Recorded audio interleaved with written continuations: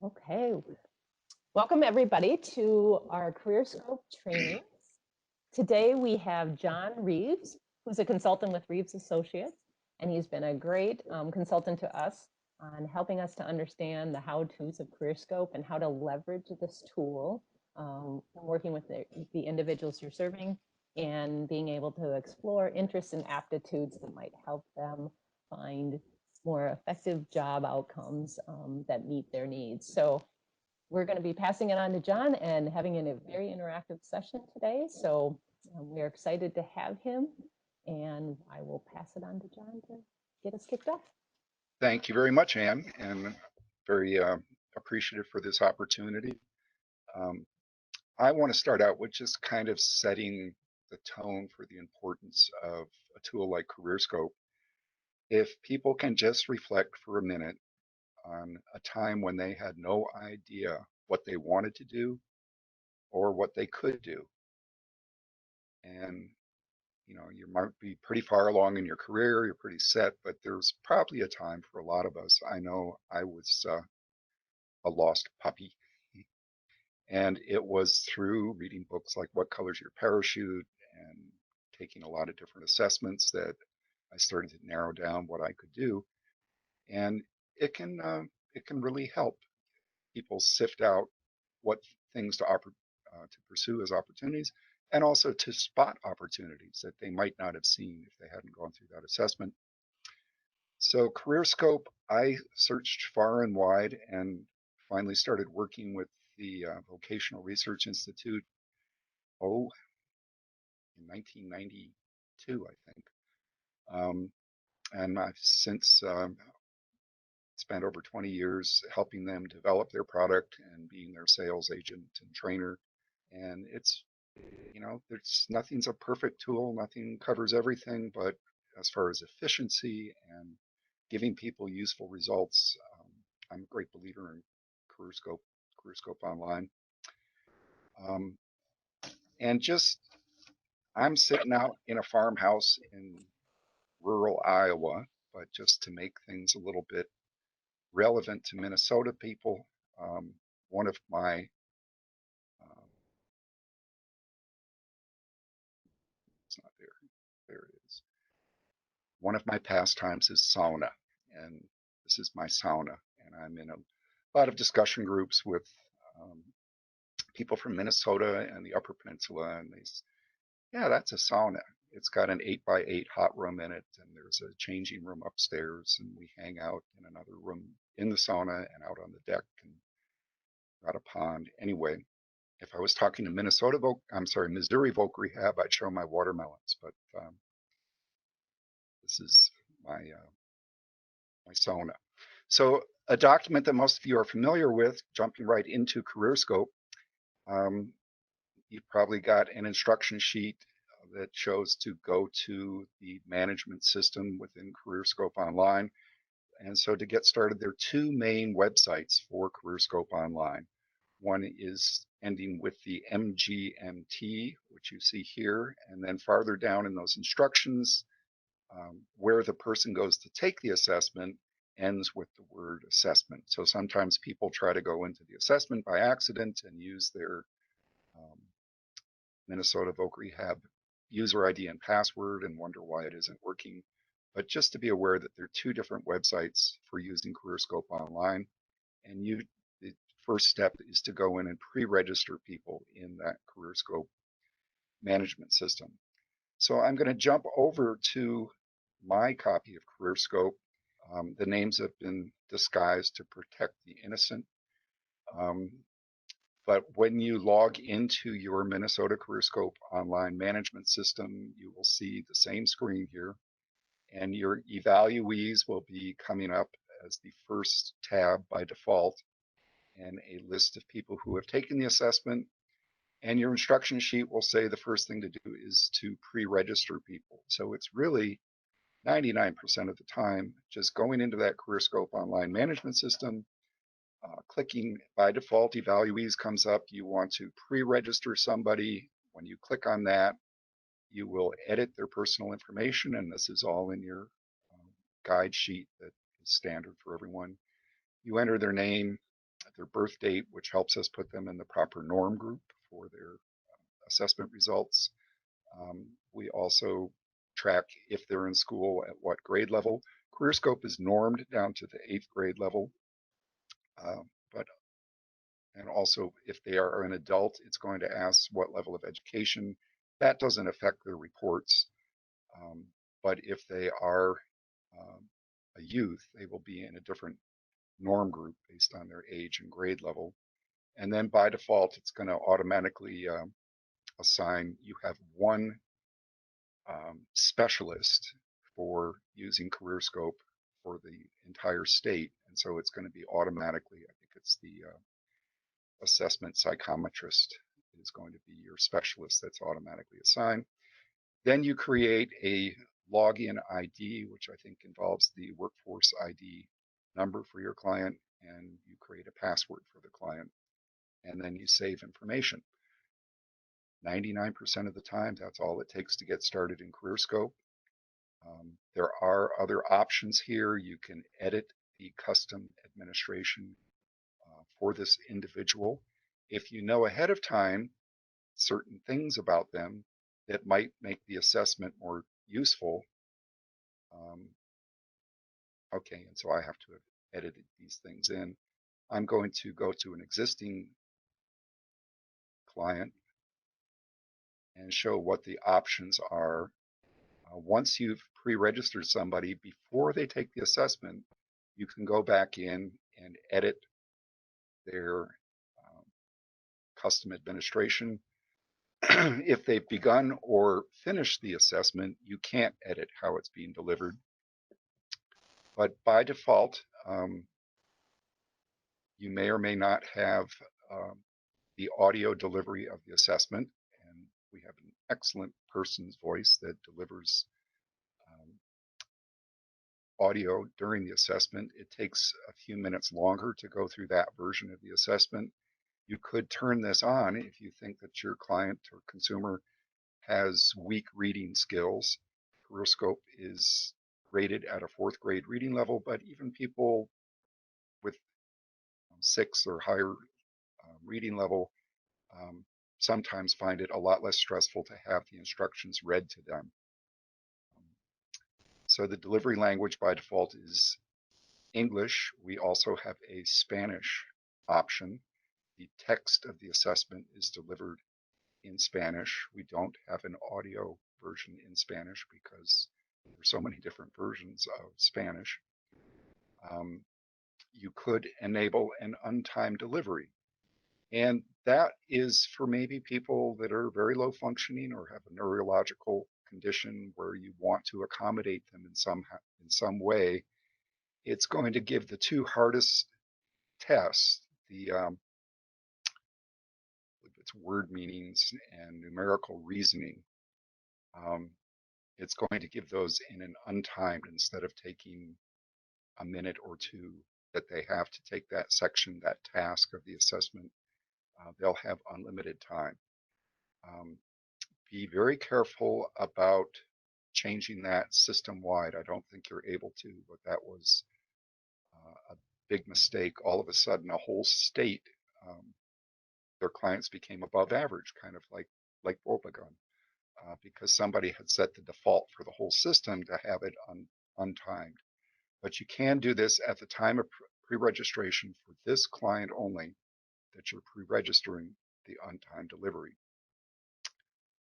I think by default, you have the CareerScope intro, which is the most concise. I think it's 2 minutes description of what to expect, what CareerScope is, what the results are going to be.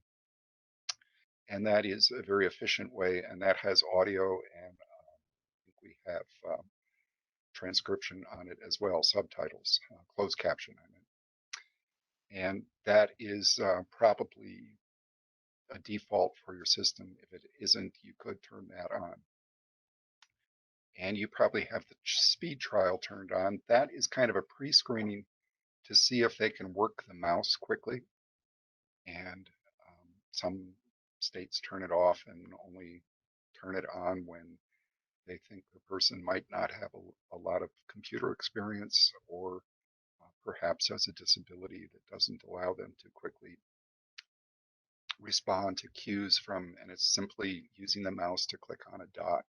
And there's a certain number of times that they have to click within 30 seconds, I think, on this moving dot. So you could turn that off as a default, or you could turn it on or off on an individual basis. When you turn it off as a default, there are three levels of access to CareerScope: the executive, the administrator, and the specialist. And you will all be coming in as specialists. Anne is the executive. So if people wanted to turn off the speed trial for everyone as a default, you would have to go through Anne and perhaps have some discussion on that. But I think you have it on as a default, so that people have to go through that before they take CareerScope. And I would turn off the delivery of the feedback survey. They've got the research data that they need, and that's something that they'll be working on.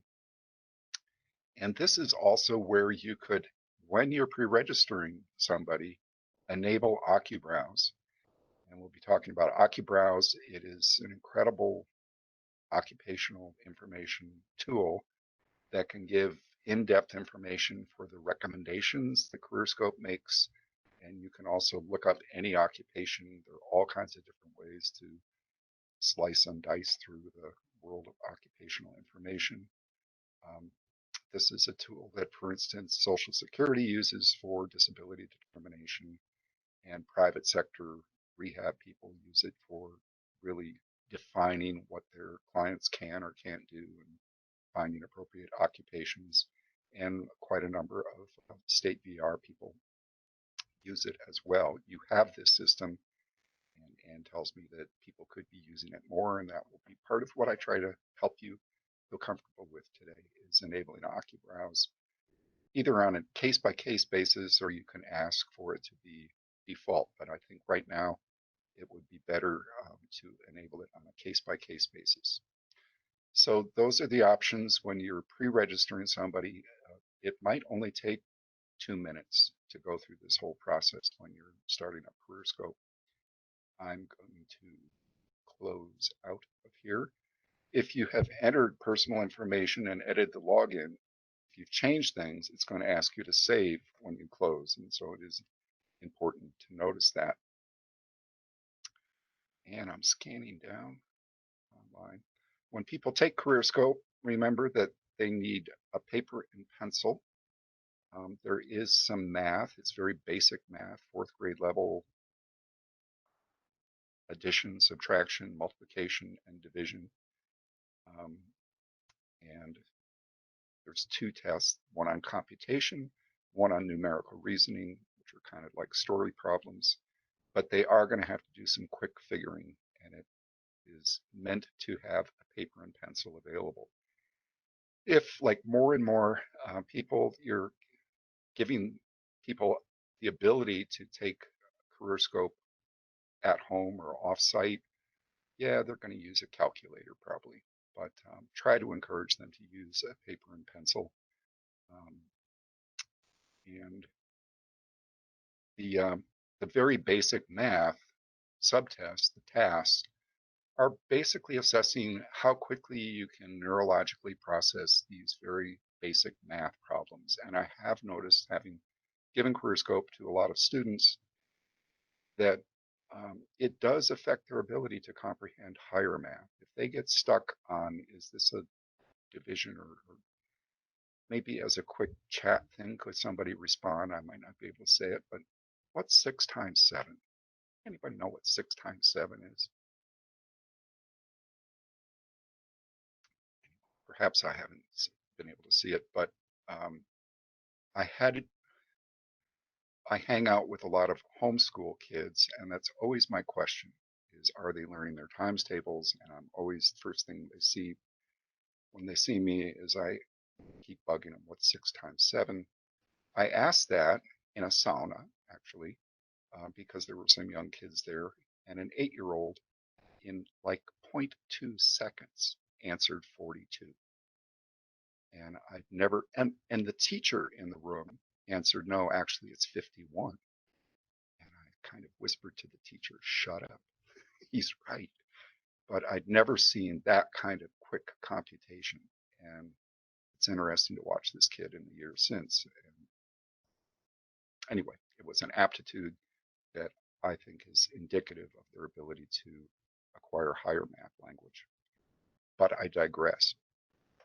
Um, we've looked at the paper and pencil needed, pre-registering, considerations for low functioning clients, configuring maybe the audio.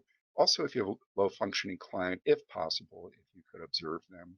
But I know as we're changing the world of work here, you're not always able to observe them. But you will, um, we will address that click when you're in CareerScope taking the assessment, and I'll probably mention this a few times, if you do get stuck on one of the timed aptitude subtests, click the red X. This is what your client should do, is click the red X if they get stuck and don't understand the timer, which might be anywhere from a minute to 7 minutes for the task. The timer is running. If they click the red X, it will stop that subtext, that subtask, that subtest, and they can log back in and start at the beginning. But if they get stuck and just sit there while the timer's running out, that's how people record very low aptitudes. And we can't re-record, reassess them on specific aptitudes. It's going to be locked into their overall, usually hour-long assessment session. Some other things in the management system when you come in is you can find evaluees. From what I understand of the model at Minnesota VR is you often have your psychometrists or other staff giving the assessment and then passing it along to counselors. If you are a counselor, I'm going to advocate that when you're reviewing a CareerScope report, that you maybe bring them up. If it's been recent, they'll be at the top of this list here. But if it's older, you can find them by last name, first name, um, when this assessment was given, all sorts of things, but usually by name.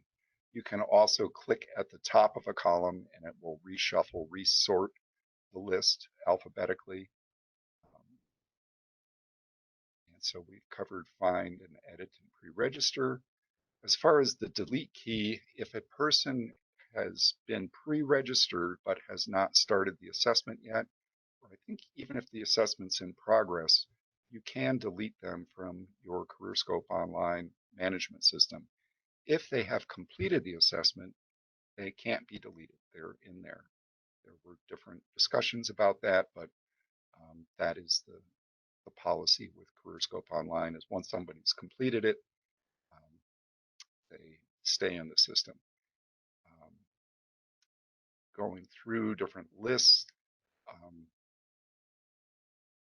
you can refresh to see if new people have been added to the CareerScope management system since you logged in.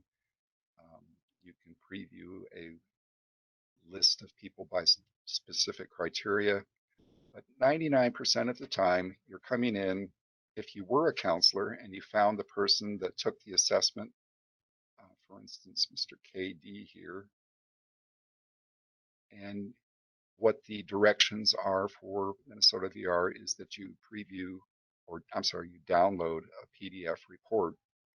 And now you have an electronic document that can be shared by email and stored in other systems. But if you wanted a quick look at, um, say you already had the report, it was already in the system, and you didn't need to wait for it to download as a PDF report. So most of the time, people would just go in and preview the HTML report that comes straight to the screen without going to a PDF file. And this could be either by the management configuration, manager configuration, or by the evaluee. The evaluee is what the evaluee sees when you give them the report, if you give them the report. And the manager version is also includes the counselor version of the report. So if I go into the counselor version of the report, for this individual, it's going to show in my system what their interest profile looks like, and we'll talk about. We have 12 different interests. Possibly I should move this screen over. We have 12 different interest categories, and we'll go more into report interpretation, but it's called the Guide for Occupational Exploration. And I'll mention later also that what I like about this, and it does correlate to the Holland codes that most people are familiar with, but what I like about this version that is from the Department of Labor, um, the plants and animals, protective, mechanical, industrial, and to some extent physical performing, those are what are called the realistic category in the Holland codes. And this kind of teases them out a little bit more. If you've worked in rural areas or in blue collar, and this realistic occupations is where people get injured quite often also.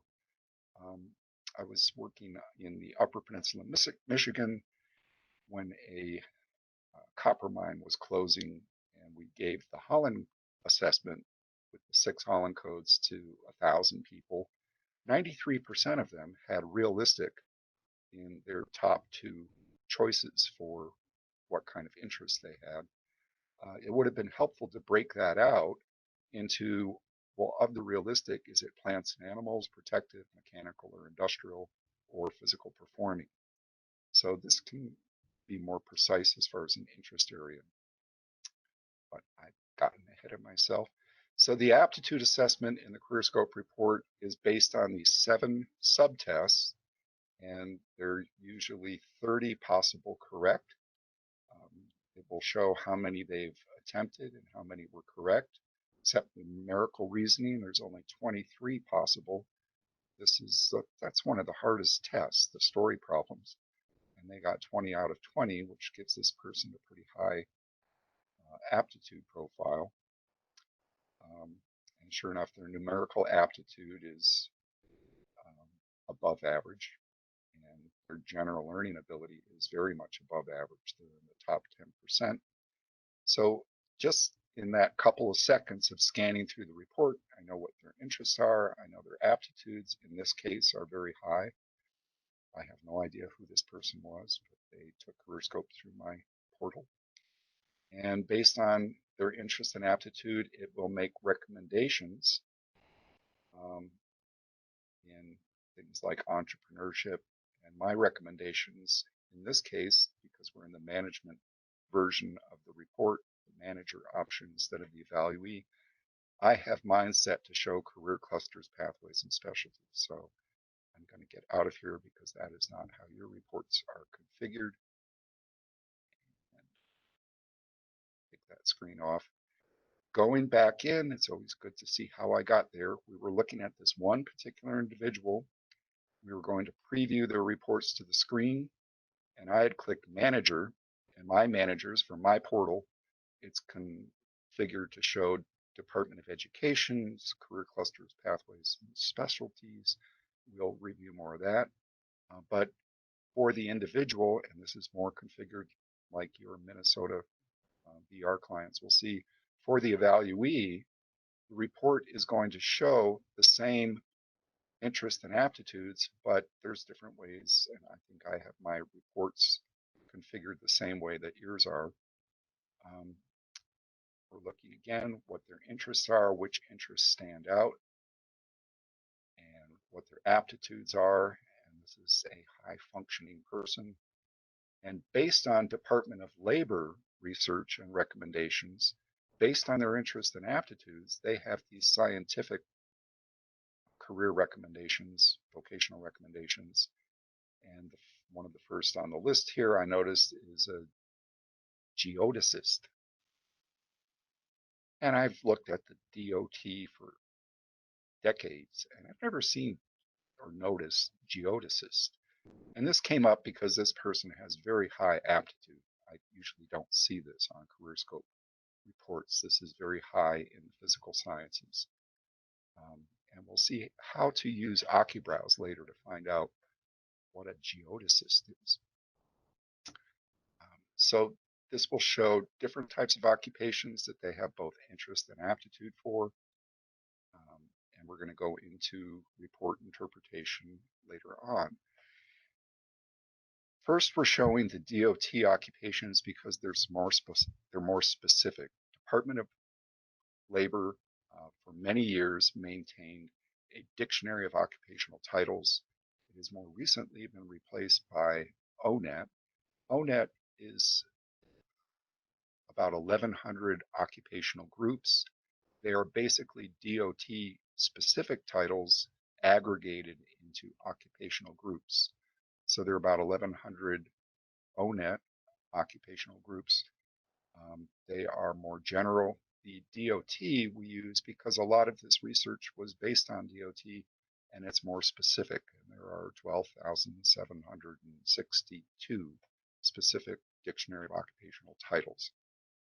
So it gives you more precision. So even though the DOT has not been updated recently, we do update what occupations are recommended based on what the current labor market is. And is this a high growth, high replacement rate occupation in the current labor market? And we are reassessing this because the current labor market, as you know, is going through a major shock wave.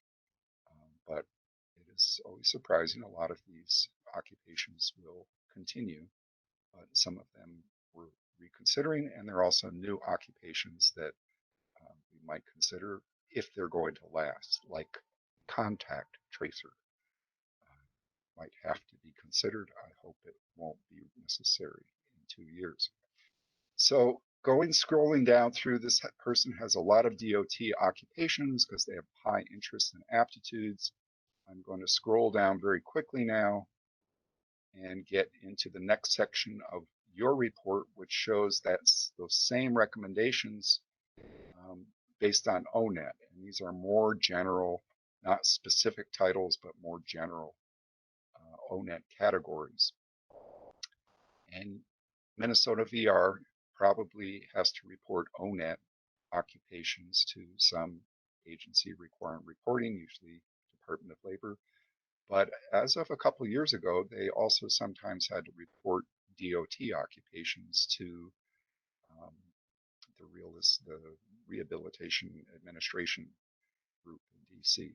So we have both DOT and ONET occupations listed here. Scrolling down through all the different ONET occupations, I'm going to get past that. This person has a long report.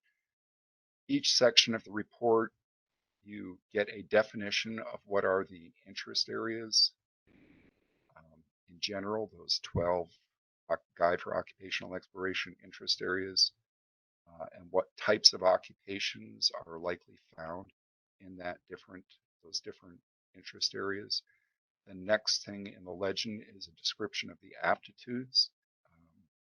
So general learning is the ability to catch on or understand instructions, underlying principles, ability to reason, and so on and so forth. Some of the specific job tasks that aptitude can help you with are to diagnose and treat illnesses, use facts to solve a crime, and so on. And then here's an interesting thing that's on all your CareerScope reports that you've been printing out probably that you might not have noticed, is what are the 3 aptitude subtests, in this case, that make up general learning ability.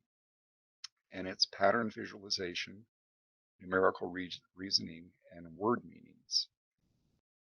So pattern visualization is if we folded up this piece of cardboard, what shape would it make? Take CareerScope, you'll definitely notice that aptitude subtest. Numerical reasoning, like I've mentioned, is basically story problems, very simple math, but the timer's on and you do have to think.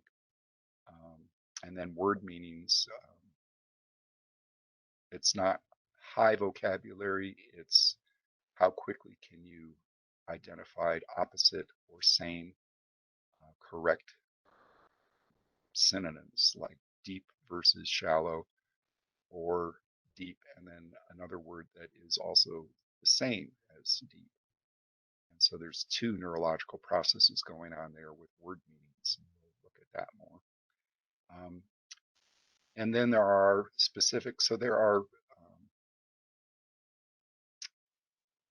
specific aptitudes here that are determined by these aptitude subtests. Sometimes there's only one subtest. For instance, clerical perception is just one subtest, clerical matching, but form perception is both object identification and abstract shape matching.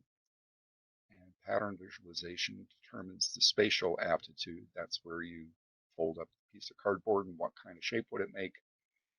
The numerical aptitude, there are two subtests: computation, which is just very quick math problems to solve, and the numerical reasoning. We'll probably mention that later in CareerScope report interpretation. And the verbal aptitude is just how quickly can you process the word meanings for same or um, opposite meanings in the list that's shown. Anyway, so that's what's going on through the CareerScope report. After these definitions for the ONET and the DOT version, um, and it also defines with CareerScope reports um, what the general education development is that is required for that type of occupation. So an occupation, you'll notice when they're recommended, they'll have an M and an L after the occupation that's being recommended based on their, and the recommendations are based on their interests and aptitudes, but there is a little Q here based on Department of Labor data. You should know that the math language for a level 6, if the math column and M has a 6 under it, that's usually college 3 or 4 years, and use modern algebra, calculus, or statistics. You should definitely know what 6 times 7 means. Um, and that your language is likely to be at that level. You read literature, technical journals, legal documents, write books, songs, or scientific reports. And so there are these different ranges of grade levels, not a specific grade level, but just ranges of grade levels, because that generally is what is required for that type of work.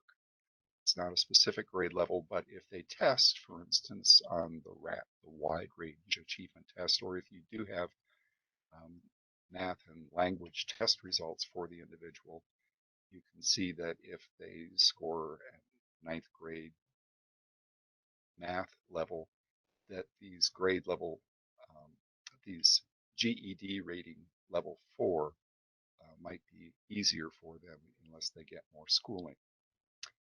Um, and the GED stands for General Education Development. I have no idea why the Department of Labor chose those 3 letters, because it has nothing to do with the GED, which is the high school equivalency test, which now could also be called the HiSET, or they've changed all the verbiage around the GED type high school equivalency testing.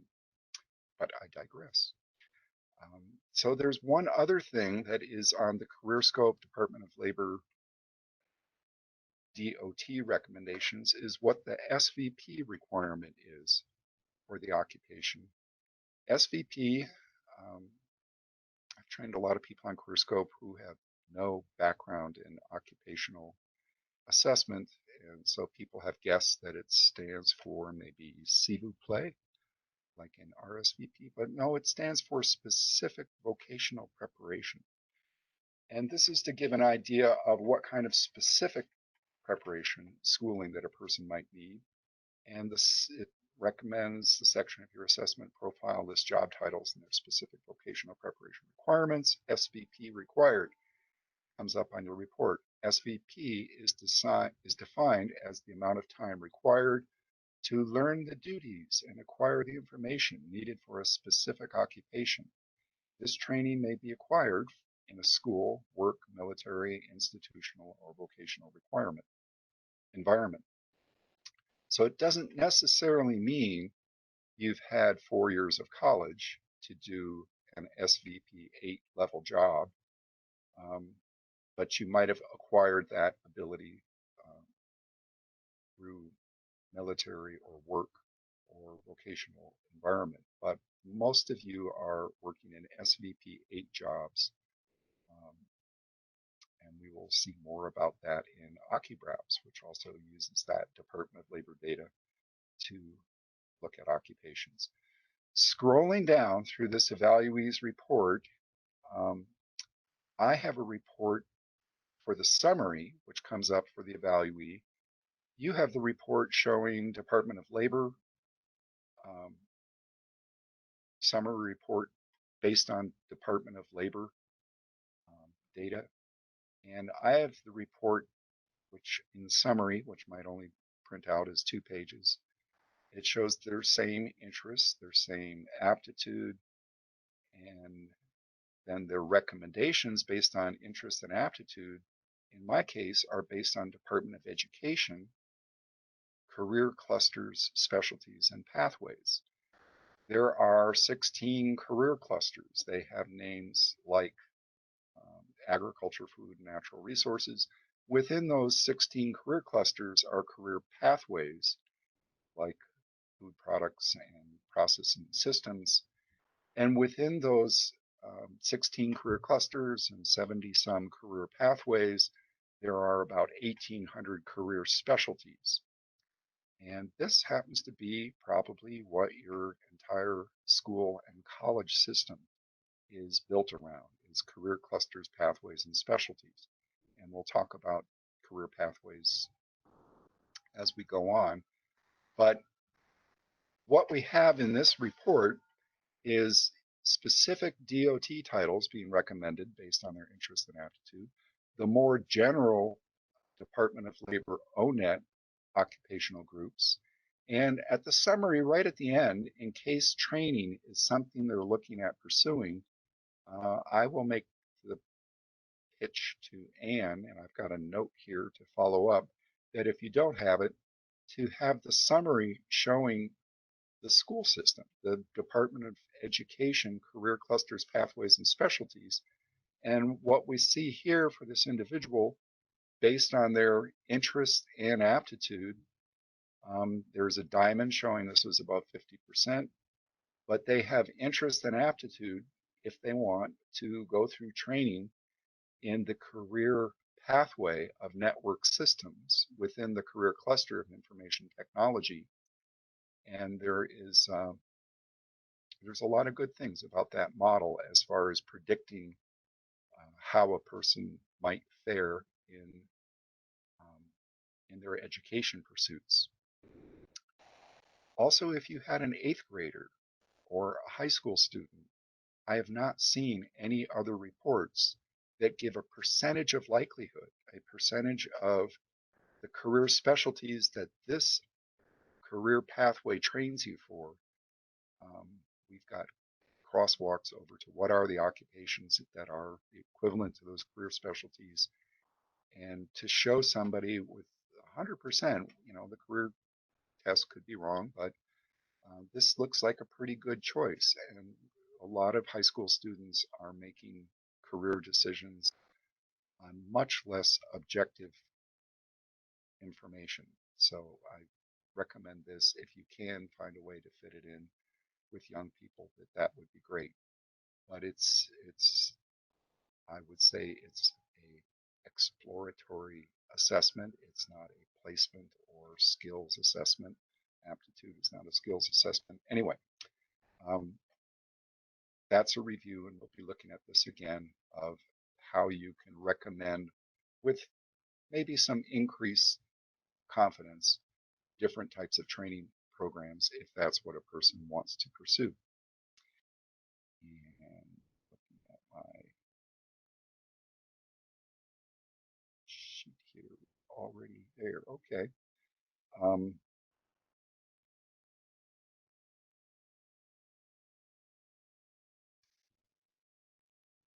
and it's possible that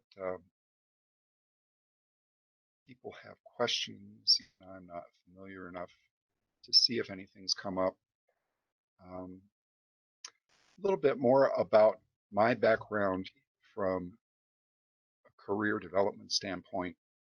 Um, yeah, I'm an old boomer living out in the fields of Iowa, but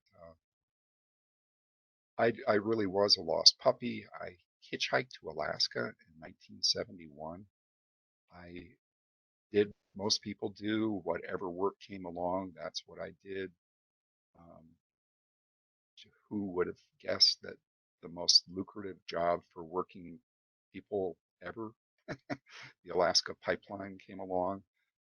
When I was 22 years old, I'd paid off my house and two trucks, and then went back to college and got into adult education. And it was when I was going into, I first went to an adult learning center and took a career assessment. And the next day after I got the results, I was starting through my volunteer fire department that I was working in, I was starting EMT training. And the career assessment said the thing I was least interested in, or the people I had least in common with, were medical technicians.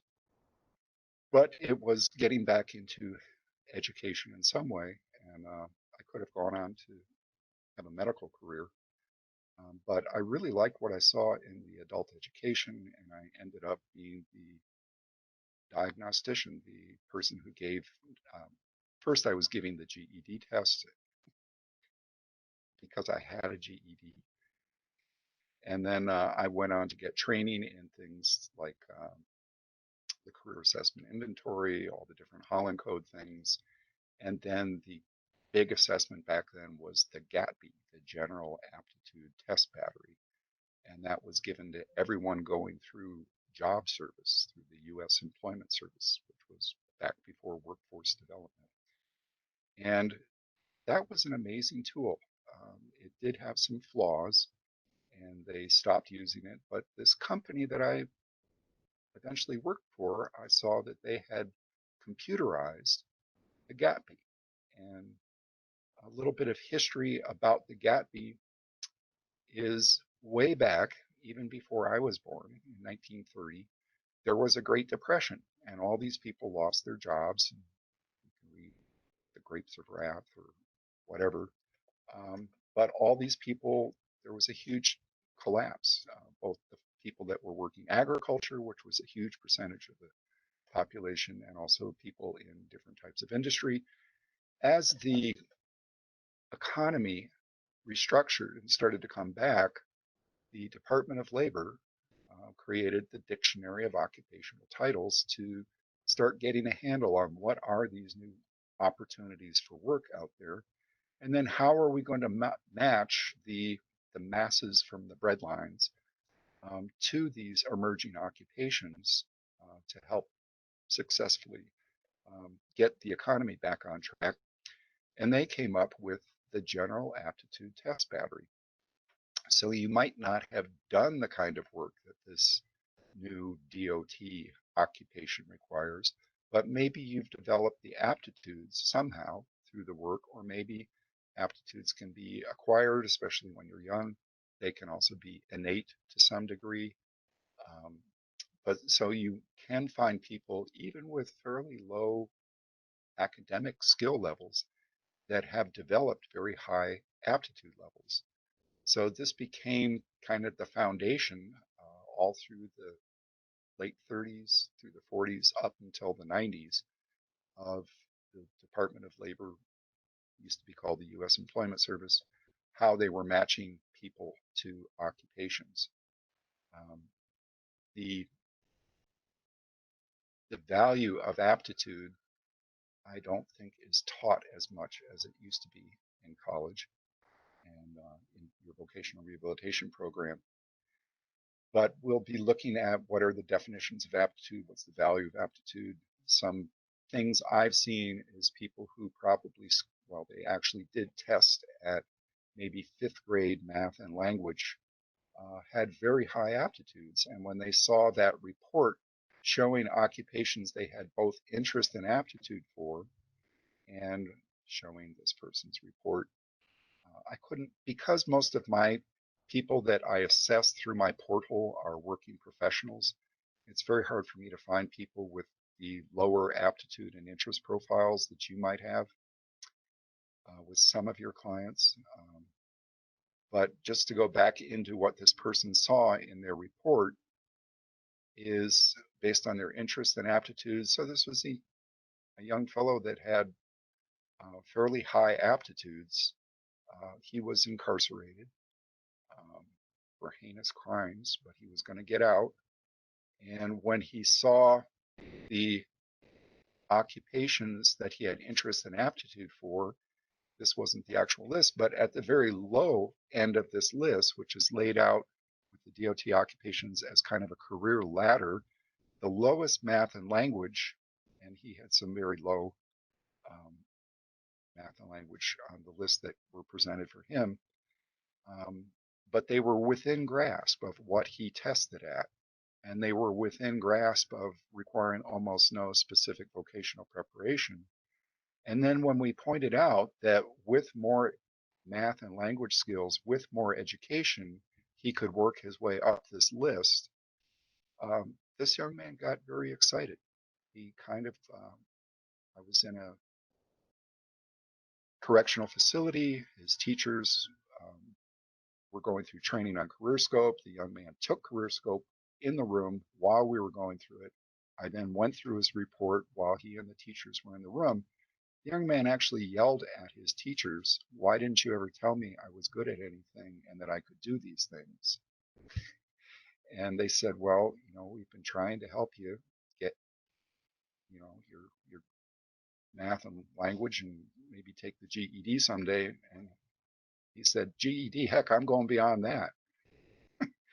Um, Another part of that anecdote is 6 months after that young man got out of his correctional facility, which was way out in the boonies, and he came back with a friend and tried to get back into the facility so that his friend could take CareerScope because it had made such a difference uh, for that 15-year-old young man to see some possibility compared to all the other negative feedback that he'd been getting. Anyway, but I digress. So that is where math and language and SVP shows up in a report. The occupations that are recommended are listed as a career ladder, and there is a legend for interpreting that math and language and SVP at the end of each report. Um, I'm looking at oh, I'm going through the rest of these things. So just looking at the individuals, we've looked at um, the different report. Most of the times you're going to be downloading a PDF report.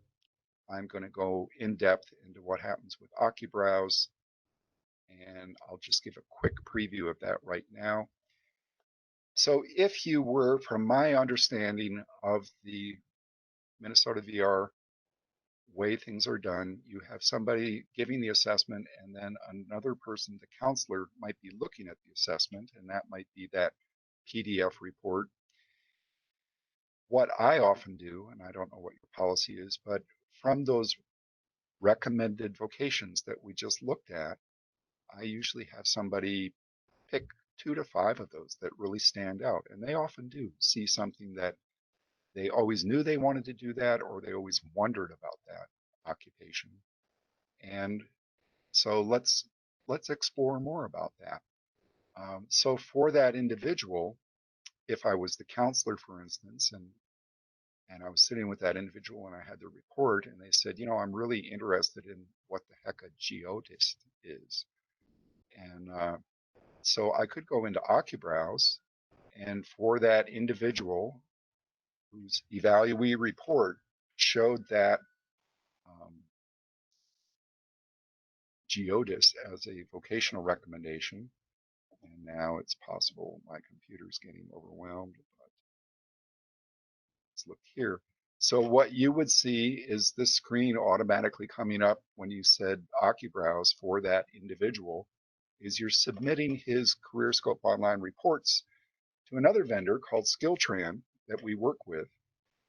And here is their CareerScope report as OccuBrowse, and here is Geodist. So those occupations that are recommended by CareerScope are now shown with the ability to click on one of those. And when I clicked on one of those, all these different options came up. What the heck is a geodesist? So the description as I'm going through for geodesist The description is they study size, shape, and gravitational field of the Earth. Who knew? They employ survey and geodetic instruments. They establish measurements. So there's the definition for it. And even though the DOT was last updated in the 70s and the 90s, this is one of the many occupations that really hasn't changed. There might be, some geospatial um, requirements now for doing that kind of job, but this pretty much covers it all. So while we're looking at geodesists, what are the requirements for this? And so based on Department of Labor occupational analysis for that type of occupations, it is an SVP level 8 requiring 4 to 10 years of occupation, usually. I mean, of education. But as we know, that you could learn it on the job unless that type of occupation requires certification like a degree. That's hard to get around, but there are probably people out there that have learned on the job and have a lot of the skills. The math, reasoning, and language are at the top levels. So it's a level 1 through 6. You have to be at the top levels for the math, reasoning, and language for your general education development. The aptitudes, this is why I've never seen it. Your aptitude has to be level 1, which is in the top 10% for general learning, verbal, numerical, and spatial, or spatial can be level 2, and so on. So the different aptitude requirements for these occupations, and it could be for any of the occupations that are recommended by CareerScope or any occupation in the Dictionary of Occupational Titles. That's 12,761, representing by 30,000 different specific titles. But the actual occupations, there's 12,761 or 62. I guess I'm getting old. Um, and then what are the physical requirements? So this is light, but as far as the lifting requirements, but it is frequent reaching, handling, fingering. So some disabilities might make this difficult if it wasn't accommodated. Um, the environmental conditions, the work situations, the way that you're working with data, people, things. Um, and if you're wondering about, for instance, what is general learning ability or what are those different levels, for all of that above data, you can view the definitions.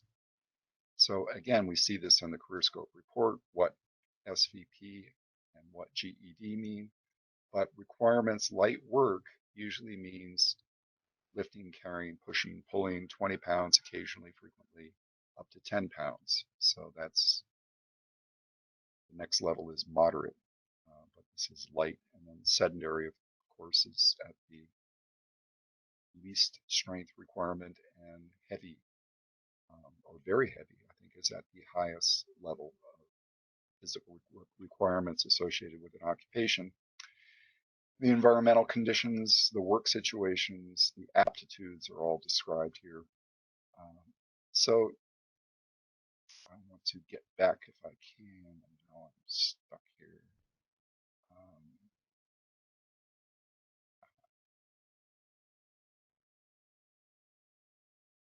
yep.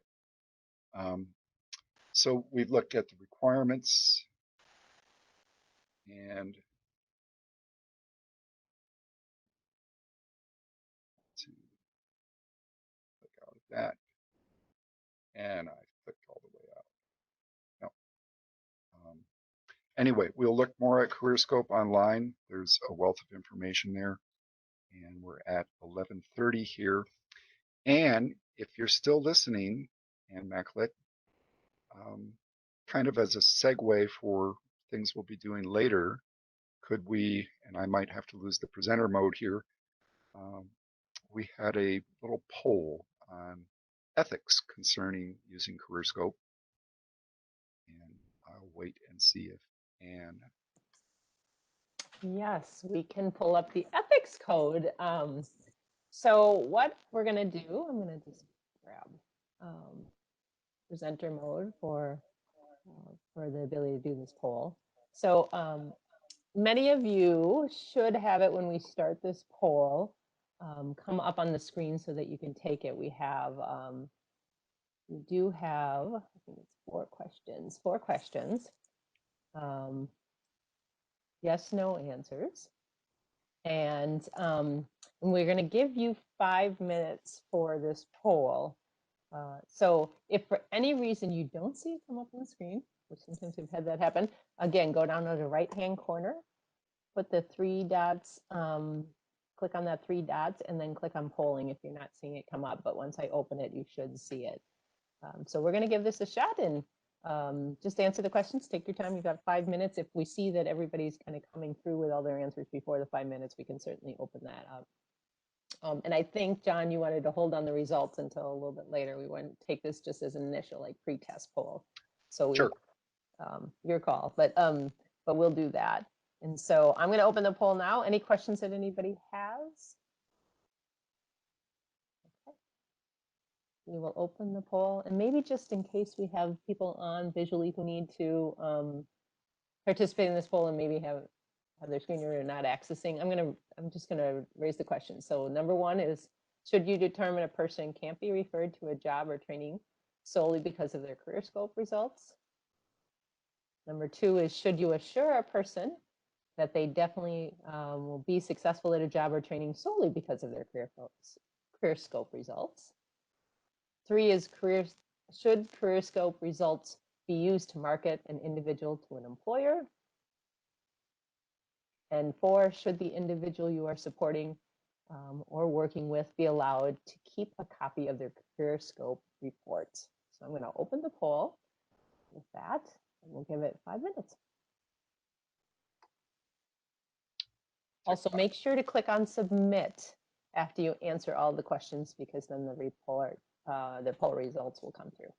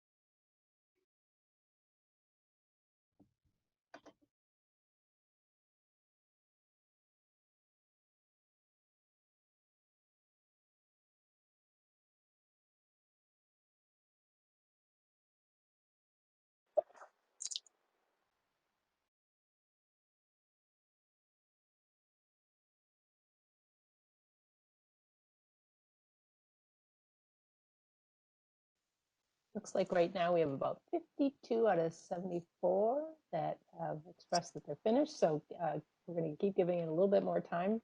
Again, if you are not seeing the poll come up, go over to the 3 dots at the right-hand corner, and then click on the polling, and it should be coming up.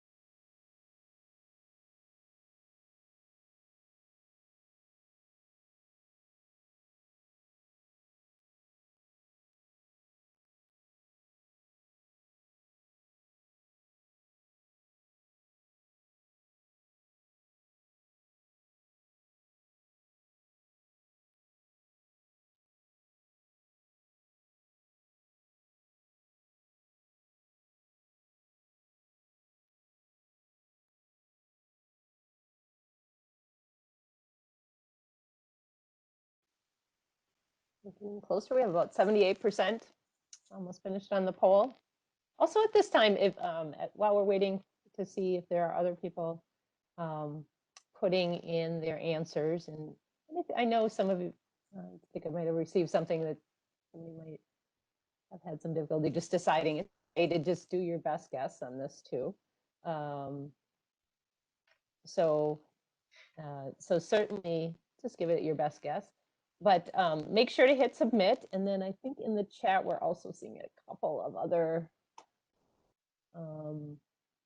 thoughts. So Anne has suggested that in case you're having others have trouble finding the poll, because maybe you had it in floating panel view because you did full screen. If you just exit out of that full view, then you should see it on the right hand side, and then it will pop up. So that might be a factor. So if you all were blowing up your screen, if you exit out of that, and again, I think you can do a right click, go under view, and kind of exit out of the full screen, then the poll should come up for you. So thanks, Anne, for that suggestion as well. That's helpful to know that it didn't show up when you're in full screen. So let's just double check how much we have time left. We have 15 seconds left and almost 80%. Not bad, not bad poll. And it should just close here automatically.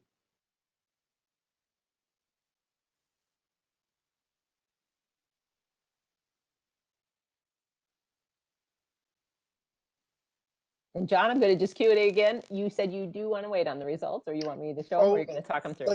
Let's talk about them now. Okay. Okay. So you want me to show the results before doing so, or after you're talking them through?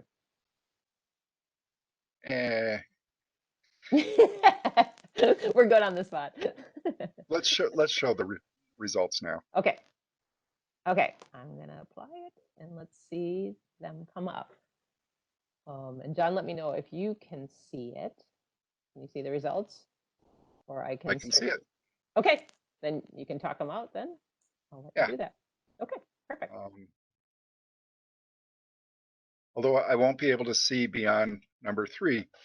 Anyway, thank you all for doing that. We wanted to have some interaction here. And I also try to always cover ethics, if nothing else, because it helps you with your CEUs.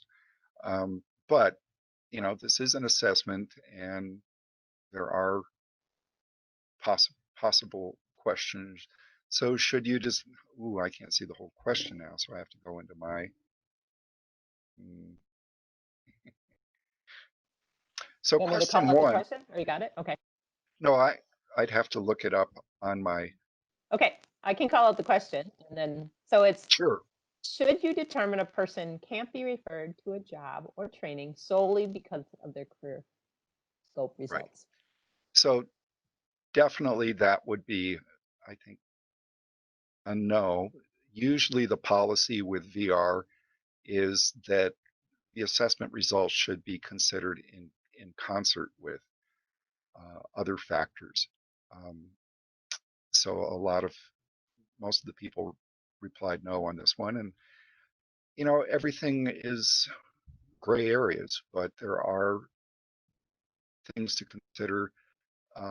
I would I've often gotten assessments that seem to be contradicting what a person wanted to do. And I would say, you know, prove the test wrong if you've got the motivation to do it. If there's motivation there, it can often be used to override perhaps a lack of aptitude, um, and perhaps aptitude can be developed. Um, just to riff on that a little bit, is I've read everything I can on aptitude over the years. And if a person um, doesn't have aptitude, I guess one of my poll questions, which I won't ask, but I'll just answer.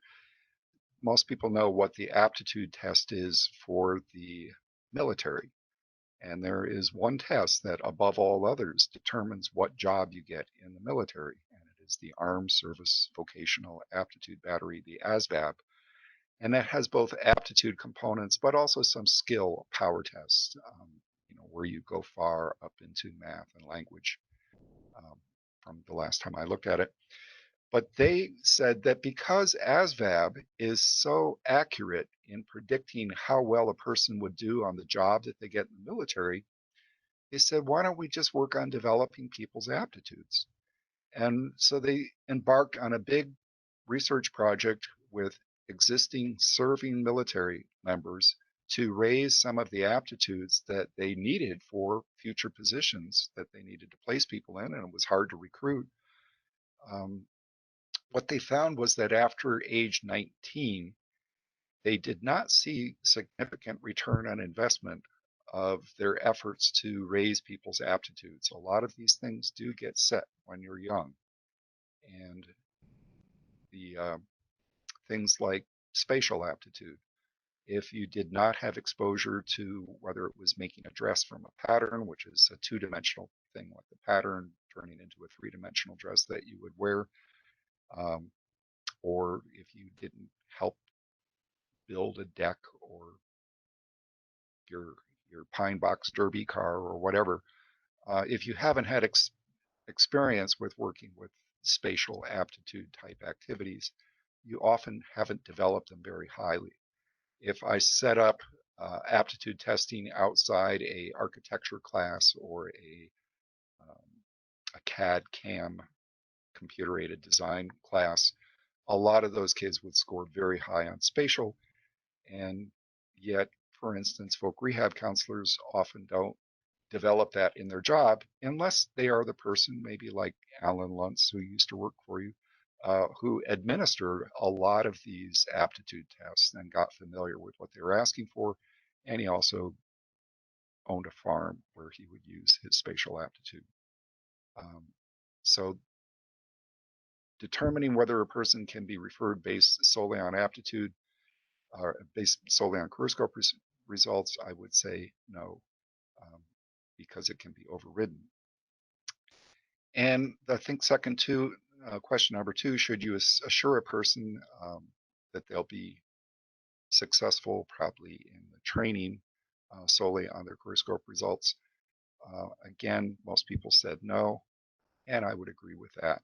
Um, you never know what other factors there are. This is just interest and aptitude, and some other background on why aptitude testing is not as widespread as it used to be is that there could be a discriminatory aspect to it. It could be that a person should have the right to do anything that they want to do and not be um, limited based on this test result. And that opens up a whole other situation of back in the 70s and 80s, the GATB, the General Aptitude Test Battery that was administered by the Department of Labor, uh, did have a validity generalization issue. There are people who were familiar with it was okay. So what I understand happened was they had a different version of the GATB for minorities, and that GATB that GATB test had not gone through the same huge amount of validity testing that the main GATB had, and who was advocating for it, whatever. But in the 1990s, Elizabeth Dole, who was the then Secretary of the Department of Labor, said, I don't know what the answer is, but I wouldn't use it anymore. So the GATB fell out of favor. And it was due to a validity generalization issue that they had with what they were doing with the GATB. So we did get a letter from the Assistant Secretary of Labor showing that based on how CareerScope works, that this was not relevant to the validity of CareerScope. However, I want to say that people who are not exposed to things that develop the aptitudes that CareerScope assesses, whether it's my neighbors out here in the Iowa farm country or in the inner city or wherever, it can appear to be not very favorable to them if they are not exposed, and that can happen anywhere.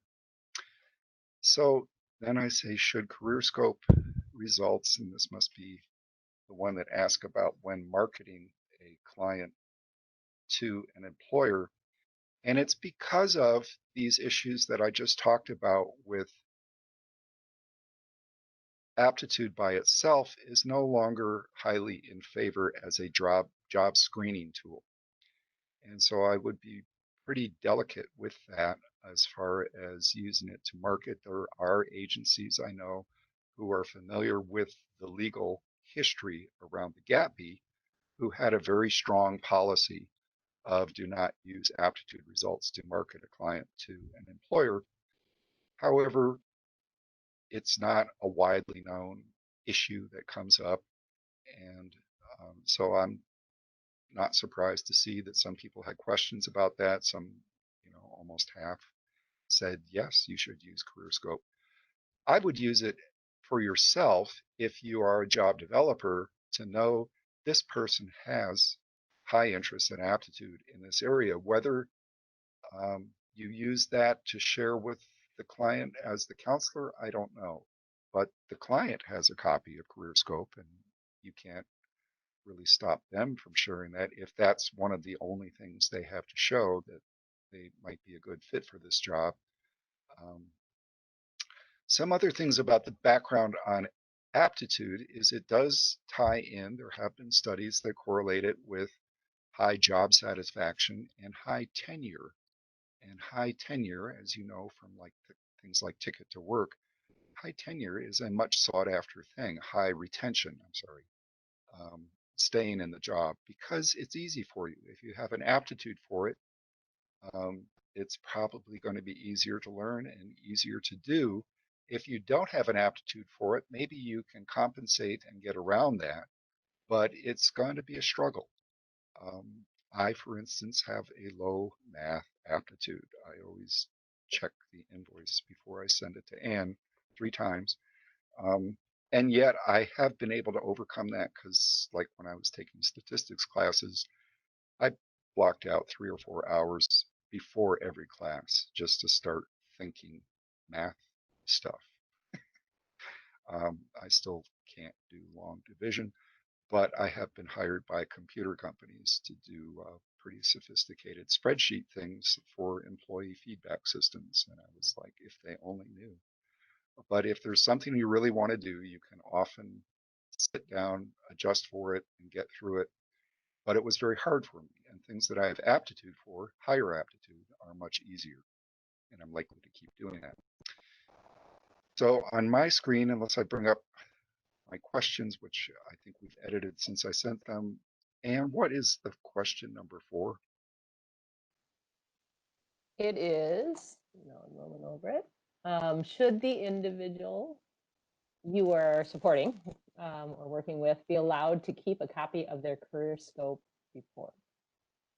And I bet most people said yes. Yes, most did. There was one no, and Right. 6 that didn't answer yet. And that's come up with actual state VR agencies. Sometimes there's an administrator, in this case, there was an administrator that said they didn't want people getting a report from them that showed occupations that they had interest and aptitude for because they thought it would obligate state VR to make that happen for the person. And this individual didn't really understand CareerScope, and it was actually the staff that convinced them to get rid of that policy. But there could be some, we don't want to give people hopes or anticipations. Um, but CareerScope really is a discussion opening tool on what do we want to do, and based on your reason for coming to VR and your interests and aptitude, how can we help you? I think is what CareerScope can really help you get started with the individual. Um, so there wasn't any question number 5, and um, Right. we made There it are a through a couple poll. questions that came through on the chat, if that's okay. That'd be great. Yeah. Um, so I know Well, I'm just going to bring up I think the point that is okay, Sheena brought up, that she said, number 3, that she said she thinks that it is maybe, but it wasn't an option because mostly if people have a high score in an area, that it's hard to teach the skills without a natural strength. I don't have an example, but just wanted to put that out there. And I know you gave an example of how somebody might be able to kind of turn motivation into practice or into skill, but that was one thing that she had brought up. And oh, go ahead if you want to comment anything on that. Oh, not really, as long as we think it's addressed. Okay. Okay. And then the other thing is Kurt actually is going back to maybe some of the initial demonstration that you had in the CareerScope platform and said, can you explain or re-explain the red button scenario again? If it's taking too long for somebody to do a problem and how that might help someone use it or when it should be used. Does that affect the score outcome? And Kurt, it's a great question. Thanks for asking it. Let me address that right now. And without, we can, while I'm talking, we can try to get back to that screen. But when people are taking CareerScope, which is a separate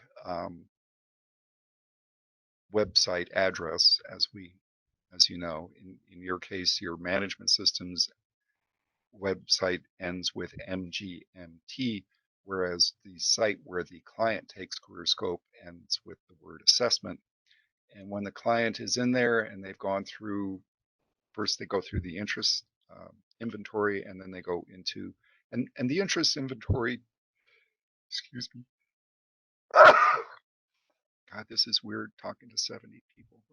Um, so the interest inventory kind of ramps them up on their familiarity with CareerScope. So then we get to the harder part, which is taking the aptitude subtest. Once they've gone through a practice session for the aptitude subtest, CareerScope ramps them up, gets them familiar, makes sure they understand the instructions, and then it says, if you're ready to begin, click start. And it says the timer is running. They don't know how long the timer is, and I'll show you later the different timer lengths for the subtests. And this is how CareerScope and the GATB was developed based on timed interest, timed aptitude subtests. So while that's running, there are 30 possible responses. They might only get 16. That can be good. Very few people get all of the questions during that time. But if they stop and get stuck and just hesitate, whereas that person could have gotten 16 out of 30 responses or gotten, okay, so there's 30 possible responses on most of them. Maybe they attempt 20 and get 16 correct. That person, if they hesitate for a minute of the 2 minutes, might only get 8 correct of maybe 16 that they attempted. And the test timer runs out and it locks in that very low uh, correct rate, and it only gives you credit for how many correct answers did you give during that 1 minute to 7 minutes of the test time. But while the timer is running, if they do get stuck, they can click on the red X, which is in the upper right of the CareerScope evaluation portal that they're in. They can click on the red X and just jump out of CareerScope, and it will, the next time they log in with their user ID and password, it will start them at the beginning of that aptitude subtest that they spaced out on or got distracted or got confused. Um, we've had schools where the fire alarm went off and the teacher all actually yelled, click on the red X, because they only had so much time to take CareerScope and she didn't want to start all over again. So it's that, I think, gives some more detailed in it. The interest inventory, which is 145 questions, usually takes about 15 minutes. The interest inventory, if they click on the red X while they're going through those 145 questions, if they were on question 96 when they click the red X, maybe because the fire alarm went off. When they log in again, it will start them at question 96. So it knows where they left off on the interest inventory, but on the aptitude subtest, it will start them all over at the beginning of whatever test they X'd out on. And with that explanation, I think we're around 12 noon. Any other questions before we take a break? Not that I see. But I definitely want to encourage everybody to kind of keep thinking about questions that you have. I mean, this is a great opportunity to have John, who knows CareerScope in and out, have those answers to the questions that you are thinking about, because it's a lot of information. I know many of you have had some experience with CareerScope, many experience, and some may be hearing this for the first time. So we just want to make sure to reflect on all of that and what's coming up for questions. We are going to be, we're right on time. Nice job, Don. We are going to be taking a 45-minute lunch break. So we want you to be back at 12:45. I'll put that in the chat. When you come back, I might just have something for you to recognize coming back and some questions to answer in the chat. So please look for that as well. During lunch, you can turn off your camera still stays off, and then your mute stays off as well. So keep it muted and keep your camera off. And we will see you back here at 12:45. Thanks, everybody.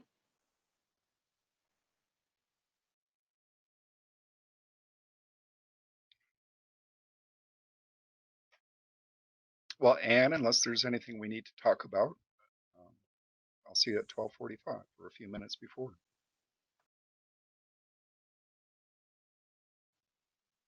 All right, I am interested to hear from everybody, and I'm going to call some of these things out. We had put in the chat just a couple of things for you to respond to, and I think it's nice just to hear some of the responses and for Don to hear them as well and see those in the chat about, have any of you administered or interpreted the CareerScope? And if you haven't, put in NA, not applicable. And when you think about your administering or interpreting, and some of you have both, are you in your comfort level a beginner, somewhat familiar, or very familiar? So I'll read some about. I know Cody said he interprets and he's somewhat familiar. Becky said she administers and interprets, but primarily interprets and is familiar. Kayla had both and is somewhat familiar. Kim administers and is somewhat familiar. Michaela administers, somewhat familiar too. Michael said he's really used other skills and employment assessments, but CareerScope is relatively new to him. So that's kind of nice to, we know we have some people who are coming here for the first time and learning about it too. Amber administers and interprets, somewhat familiar. Looks like Trisha, I think that is. Looks like she interprets and very familiar. So everybody know Trisha feels a little comfortable in this space. It's always nice to call out people who feel comfortable. And I'll label a couple more. Lisa was saying comfort level with administering is high, but interpreting not so much. So a good mix of things. Chandra has interpreted but not administered. Chris, none yet, but is, and hasn't done any since college, but he's kind of looking for more information. And somebody did ask, master's degree is what we have required for interpretation. And Heather was asking about a rehab rep to have a master's degree. Yeah, Heather, let's talk. That is possible potentially, depending on the degree that we can help support those individuals in interpreting. That's something that we require. And in other organizations, I know that I belong to, we've had a CARF accreditation. We've always required a master's level for interpretation. And I think Alan, when he took over this program, had done the same thing, to have the master's level individuals just given the schooling with rehab psych have been able to interpret. But all of you are so supportive in your space of being able to administer and then pass it on to a lot of the counselors for interpretation. So looks like Brittany's very comfortable with both administering and interpreting. So we have some really good. So look in your chat if you see some people in your offices that kind of you can connect with for their level of familiarity. I can't speak today. Feel free to do that. And I am going to pass it back to John, and I know we're going to still have some interaction and some polls during this session, and he's going to get into a little bit more interpretation. So reminder, just if again on the screen, make sure as you increase your plus, you can show things a little bit visually larger. And then when you do that, you might have a little bar on the bottom that you can move the screen to get it more centered. In addition, you can right click on view and go full screen. Just know your panels then float. So when we went to the poll, some people were saying that as the panels float, they didn't see the poll come up.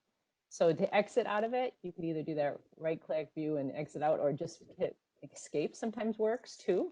And that should bring you back to the main page where the poll might show up as well. But we'll go through that as well when we do the poll. So I'll pass it back to John. Thank you, Anne. Welcome back. So there was a request, and it's next on the agenda to look more at interpreting the reports. So I know that some of your counselors both administer and interpret the reports. Other times it might get passed on to them.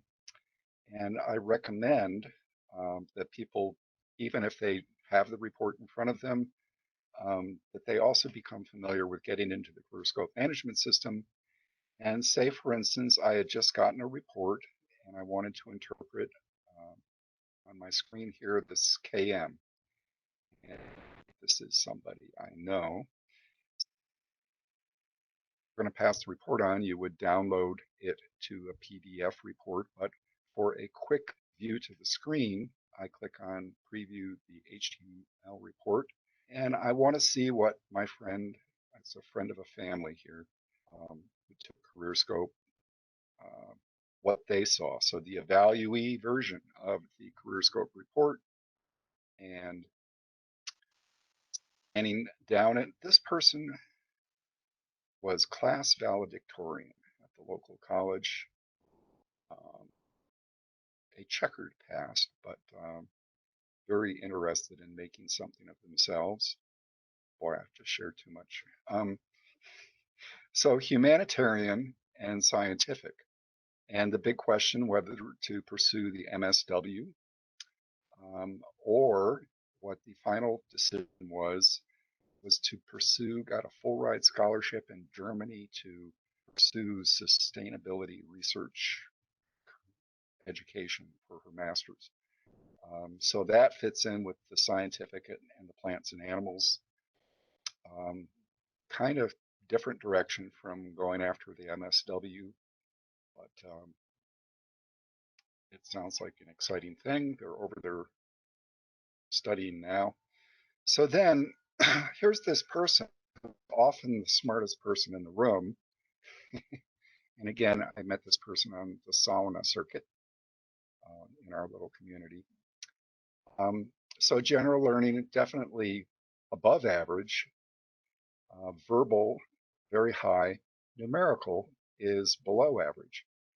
And as far as interpreting this assessment, if I'm sitting down with this person, and I did spend some follow-up time with them, we'll address these different things. The spatial aptitude is form perception and the clerical perception. And there's different places where you learn that for the what are called KFNM, or the motor skills, motor coordination, finger dexterity, and manual dexterity, CareerScope does not assess those three things. The attachment to the computer would, and the extra time needed would make it prohibitive to include that. We do put people at the 50th percentile, which the vast majority of occupations do not require over 50 percentile. I don't think any of them require, maybe one, over 50 percentile. So we just put that at default.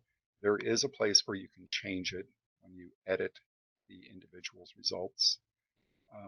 but I see very few people doing that. So I'm going to move on from that. Sitting down with this person. So based on their interests and aptitude, they have recommendations. Excuse me. And there are 12 different interest areas as we covered this morning.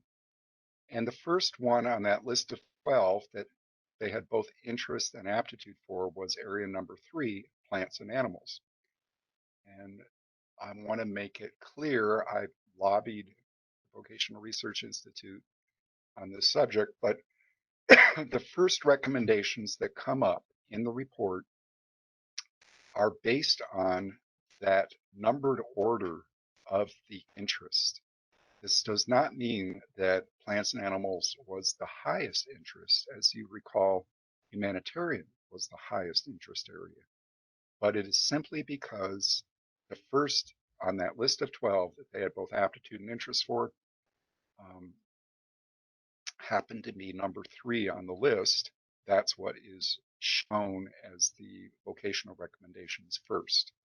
So it to fit in with this person wanting to pursue sustainable agriculture related and other sciences. Um, but if they'd really wanted to be a social worker, this might have thrown them off a little bit that this is what was recommended first. It's not based on their highest interest. It's just that that was number 3 on the list of 12 that is listed first. And I could never get that changed. Um, so that's something to be aware of when people are going through. Again, when I'm sitting down with a person looking at CareerScope, if I'm sitting down with them, I recommend that they go through this and maybe highlight 2 to 5 things that really stand out or that they're really interested in. Now, a lot of the agricultural types of occupations that are recommended here are fairly low level, um, not requiring very high math or language, not requiring a lot of specific vocational preparation. So whether that's relevant to a person pursuing their master's degree, um, I don't know, but there are specialty areas. So after um, their high interest and aptitude for plants and animals, it showed their high interest humanitarian. And I recall that sciences, let me just scroll up again and we'll see how to get deeper into this in the counselor's version of the report. But their interest in scientific was actually second to their interest in humanitarian. But what was shown first was number 3, plants and animals. That's because they didn't have the aptitude cutoff scores associated with scientific. And that's because their aptitude for numerical was below average. And now to give uh, deep career scope here, um, notice that their numerical aptitude is below average. The hardest career scope aptitude subtest, in my opinion, is the numerical reasoning, but it's also the most indicative because numerical reasoning, you kind of have to imagine what they're talking about. So it's a little bit of spatial. You have to understand the wording of that story problem, plus you have to be able to do the math. There are 23 available possible for that particular subtest. There's 30 possible for the rest of the subtests. This person attempted 16, only got 11 right, but that's 11 right is what locks in their aptitude score for numerical reasoning. And remember, I showed in the legend where it's both numerical reasoning and computation that determined the numerical aptitude score. So computation was just of the 30 items, they were able to attempt 14, only got 12 right. Frankly, I was a bit shocked. They're worse than me on numerical things. Um, they're very articulate. I totally believe they were class valedictorian, but the math wasn't strong. And it also could have been maybe they just didn't take it seriously. They took this just kind of, sure, I'll take CareerScope. But that low score affected, as we saw in the legend that's at the end of the report, numerical reasoning is part of a numerical reasoning subtest is part of what affects the general learning um, aptitude. And general learning, I don't have the research, but if general learning aptitude has a very high correlation with IQ. And another little anecdote, well, I digress. We're not talking about IQ, but it is indicative of what IQ might be. But IQ is more general. If you have specific sub intelligences, special intelligence that are low, that's going to affect your general learning ability in an aptitude test that's based on the gap beat. And you notice that their verbal aptitude was high and their spatial aptitude was high. If their numerical aptitude had been higher, then their general learning would have been, they are a top 10% kind of person if you see what they're doing. And I did warn them that going to graduate school in Germany, those people know their math. And so she needs to compensate for it or take extra study time or whatever. But it can be, I've been on consulting teams with Europeans and they can do a Z test without a calculator and all kinds of stuff. Um, and that was, I think, hopefully a valuable thing from going through these results with her. Again, I'm going to also talk about how to deal with very low functioning people and how to make their reports more relevant as well. So that's a little bit of me sitting down with the person on their CareerScope interest and aptitude results. Um, Remember, it is in the legend that it tells what tasks, which are the subtests, determine which aptitudes. And it's only the general learning ability that is determined by three of these subtests: numerical reasoning, pattern visualization, and um, so I want, we will come back to this person for looking at the counselor's report to explain why science, which they are technically in a science program right now, why science did not come up on their vocational recommendations. Um, Scanning down the ONET recommendations, uh, farmers and ranchers, and the black dot means they have both interest and aptitude fully met, everything for that. In the humanitarian, some teaching jobs. I do know that this person teaches some very high level computer software and was chosen just because they were the star of the class. Um, I could definitely see this person getting into certain types of medical, but we'll look at the counselor report. Some of these are higher level. I wouldn't want some medical people to have her math skills when administering how many cc's I get or something. Um, so that's the ONET. Again, these are more general occupations that are clustered together in occupational groups. And moving on down to legends, where it explains what the interests are, what the aptitudes are, and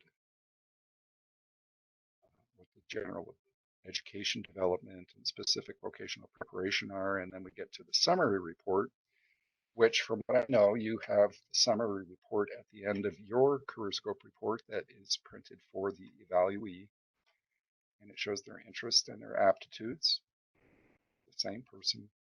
Now, I don't think your evaluee report, and maybe send a chat to Anne if I'm wrong, but I think your summary report is based on Department of Labor categories. And I touched on this earlier. You have the option, and somebody like Anne with her executive access to CareerScope could fix this or change this with a few clicks. But I promote I was very impressed with what the Department of Education came out with their career pathways and career specialties, and how our research people connected this to CareerScope, and to see an objective recommendation of what kinds of career pathways would be a good fit for you to pursue. Um, anyway, I really like this. So, because of her low math aptitude, it didn't show a lot of options here, even though she got a full ride scholarship somewhere um, overseas. But teaching and training, definitely, she's the person that stands out in the class and um, goes on to become the trainer on that topic. So that's a quick review. And again, the big shock to me was how low their numerical aptitude was. It could have been because maybe they got interrupted during one of those subtests, or they just didn't give it their best efforts. We try to ramp people up to be able to work quickly, and we give them instructions on practice sessions, and make sure they have the best shot at doing it. And that's what the whole system is normed on. Everybody had the same instructions and ramping up, which I think is much better than people reading instructions and sitting there with a stopwatch or whatever. But that's my quick interpretation of this person's report. And luckily, they did find something that exceeded what this report recommends. So I'm going to X out. Now, we're in the CareerScope management system. It's when they're taking the test that the red X, it's when they're in the assessment portal taking their tests, that most people know that this red X up in the upper right screen is what stops or takes you out of that portal, or at least that part of the portal. So this is what, to address the question earlier, if somebody gets distracted while they're taking CareerScope, um, or if there's an interruption, they should click on the red X, and CareerScope will restart them at the beginning of that aptitude subtest or on the question that they left from the interest profile. But I'm going to X out of this report. I came in there by selecting this KM, and I had clicked on the review the HTML report, and I had asked for the evaluee version to see the version of the client gets. There is also the option of clicking on the manager system. I have changed that portal so that the manager system can show either Department of Labor or Department of Education for the main vocational recommendations. And here's the same person, the same interest profile, same aptitude profile. But when I get to the vocational recommendations, it's showing their Department of Education career clusters, pathways, and specialties. Um, and some of these are actually very interesting to this person, but they're pretty high level. So agricultural, anyway. And it's, well, I want to scroll through this because all the recommendations are going to be on Department of Education recommendations of career clusters and pathways. Now, I think the CareerScope recommendation of specific job titles and that detail in the main part of the report is more valuable than getting into this level of detail for the Department of Education model. And so that's why I just have the Department of Education models recommended. I recommend that we change it if people concur, that we change that to be the summary that we just looked at in your main evaluee report. But as if I recall right, the summary report that I have set up on this side, excuse me, so that I can show you what I think you have as your default when an evaluee looks at their CareerScope report, and if they go down to the summary section, this is the Department of, hmm, yeah, this is the Department, no, I'm sorry, this is the Department of Education model still, but there is a model on your system that shows just the Department of Labor occupations and whether they have the interest or aptitude for the main work groups and sub work groups within that. I should have had that set up better. But while we're in here in the counselor's version, I want to scroll down to the counselor's report, and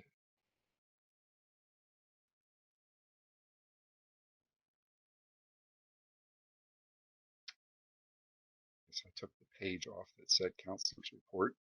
So in the counselor's report, which you can only access if you go into viewing the report either as an HTML, like we are now, or if you want to print, download it as a PDF. In the counselor's report, or in that report that shows up, manager or a manager only, it doesn't show up in the evaluee version. Then you can see more details about how they did on their interests and their aptitudes and why they did or did not have different recommendations.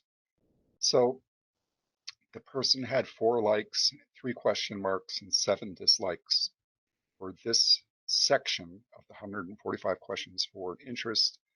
Probably 12 to 16 of them were related to artistic, and it only gives you credit for like. It doesn't give you credit for question mark, or obviously not for dislike. So their percentile total was 49% of the areas within that. They're at the 49th percentile. For a male, that would be 49%, and for female, there are some areas where, based on our data, for instance, in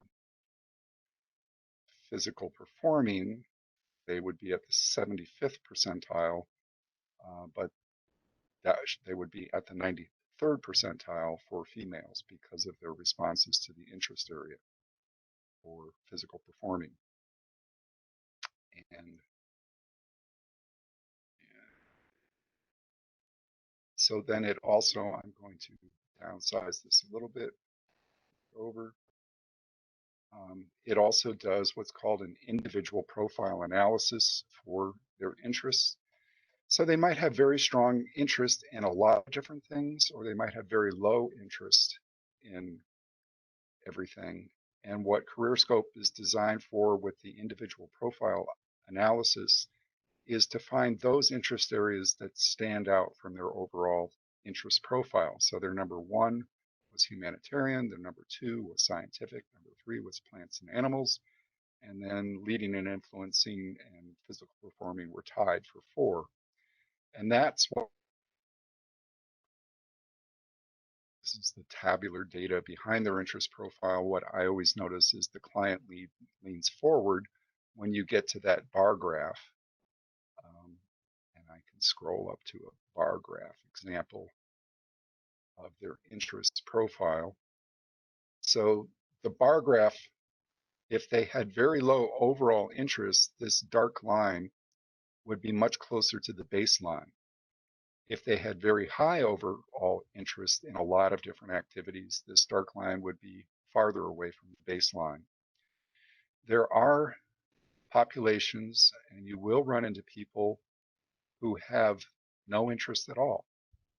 And I've run into that with VR, people on the spectrum sometimes. Well, actually, there was one client who, when they were in special ed in high school, I got a request from the counselor to, this person has absolutely no interests and yet fairly high aptitudes. Um, and we will see how to deal with that kind of situation. And funny, when they matriculated on to become an adult VR client, a counselor contacted me. They had a person with no interests and fairly high aptitudes, and I couldn't help but notice it was the same person. So that was pretty consistent. They would just click question mark or dislike for all work activities. And I don't know why that is. The other populations where I run into no interest in work is some of the at-risk populations, youth centers. Um, the only things they had interest in were artistic or maybe whoever they recently had interaction with, which was often police or a counselor. Um, and those were the only types of work that they'd really seen, but they were mostly just the populations that um, this might be relevant to is somebody on bipolar disorder. And so there might be, if they took CareerScope at one time, they might have no interest. Um, a couple of weeks later, depending on if they were having another type of episode, they might have very high interest in everything. So that kind of swing is possible. And we'll talk about how to deal with people that have little or no interest at all or very high interest, because CareerScope makes its vocational recommendations based on your specific interests that stand out. And here we have um, 4 or 5 interest areas that stand out, and they are ranked numerically, with humanitarian being number one. So it's the interest, the outstanding interest, and the aptitudes that met the aptitude cut scores associated with those different types of work. So if you have no interest or interest completely in everything, then CareerScope doesn't know what to do with those results. But if your aptitudes are above average, you can still create a report saying if you ever were interested in working, or if you had maybe a little less interest in some of these areas, here are the things that you have aptitude for, and we can create that report, and I'll go through that. And it's just a few mouse clicks when you're in the CareerScope management system. So I've covered how to summary report. I'm going back down to the counselor's report where it shows the artistic and the based on the individual profile analysis, the number 1, 2, 3, and 4. Um, Actually, 2 were tied for 4. It can have a number 5 as well. And then how they did on the CareerScope aptitude tasks. And so here they had, and after a while, you get to know what these initials stand for. G is for general learning, V is for verbal, N is for numerical, S is for spatial, P is for some reason for, I've been out of this for a couple of months, form perception and clerical perception. Um, and notice that there's a standard score, and that puts them at a certain percentile. And also there is an adjusted score with SEM, which is standard error of measure, giving them the benefit of the doubt. Maybe they were having a bad test day. So CareerScope automatically factors that in, and we'll see that in the rest of the counselor's report. So looking at this counselor's report, it shows all the different work groups and sub-work groups in the Guide for Occupational Exploration. So the first interest area is the arts. Well, here are all the subgroups of the arts. And the first science, well, the science areas start with number 2, and here are all the subgroups of the science area: physical, life, medical, laboratory, technology. Notice that the first thing it showed that they had an interest in, it was actually their number 3 interest, but that's where it's saying qualified.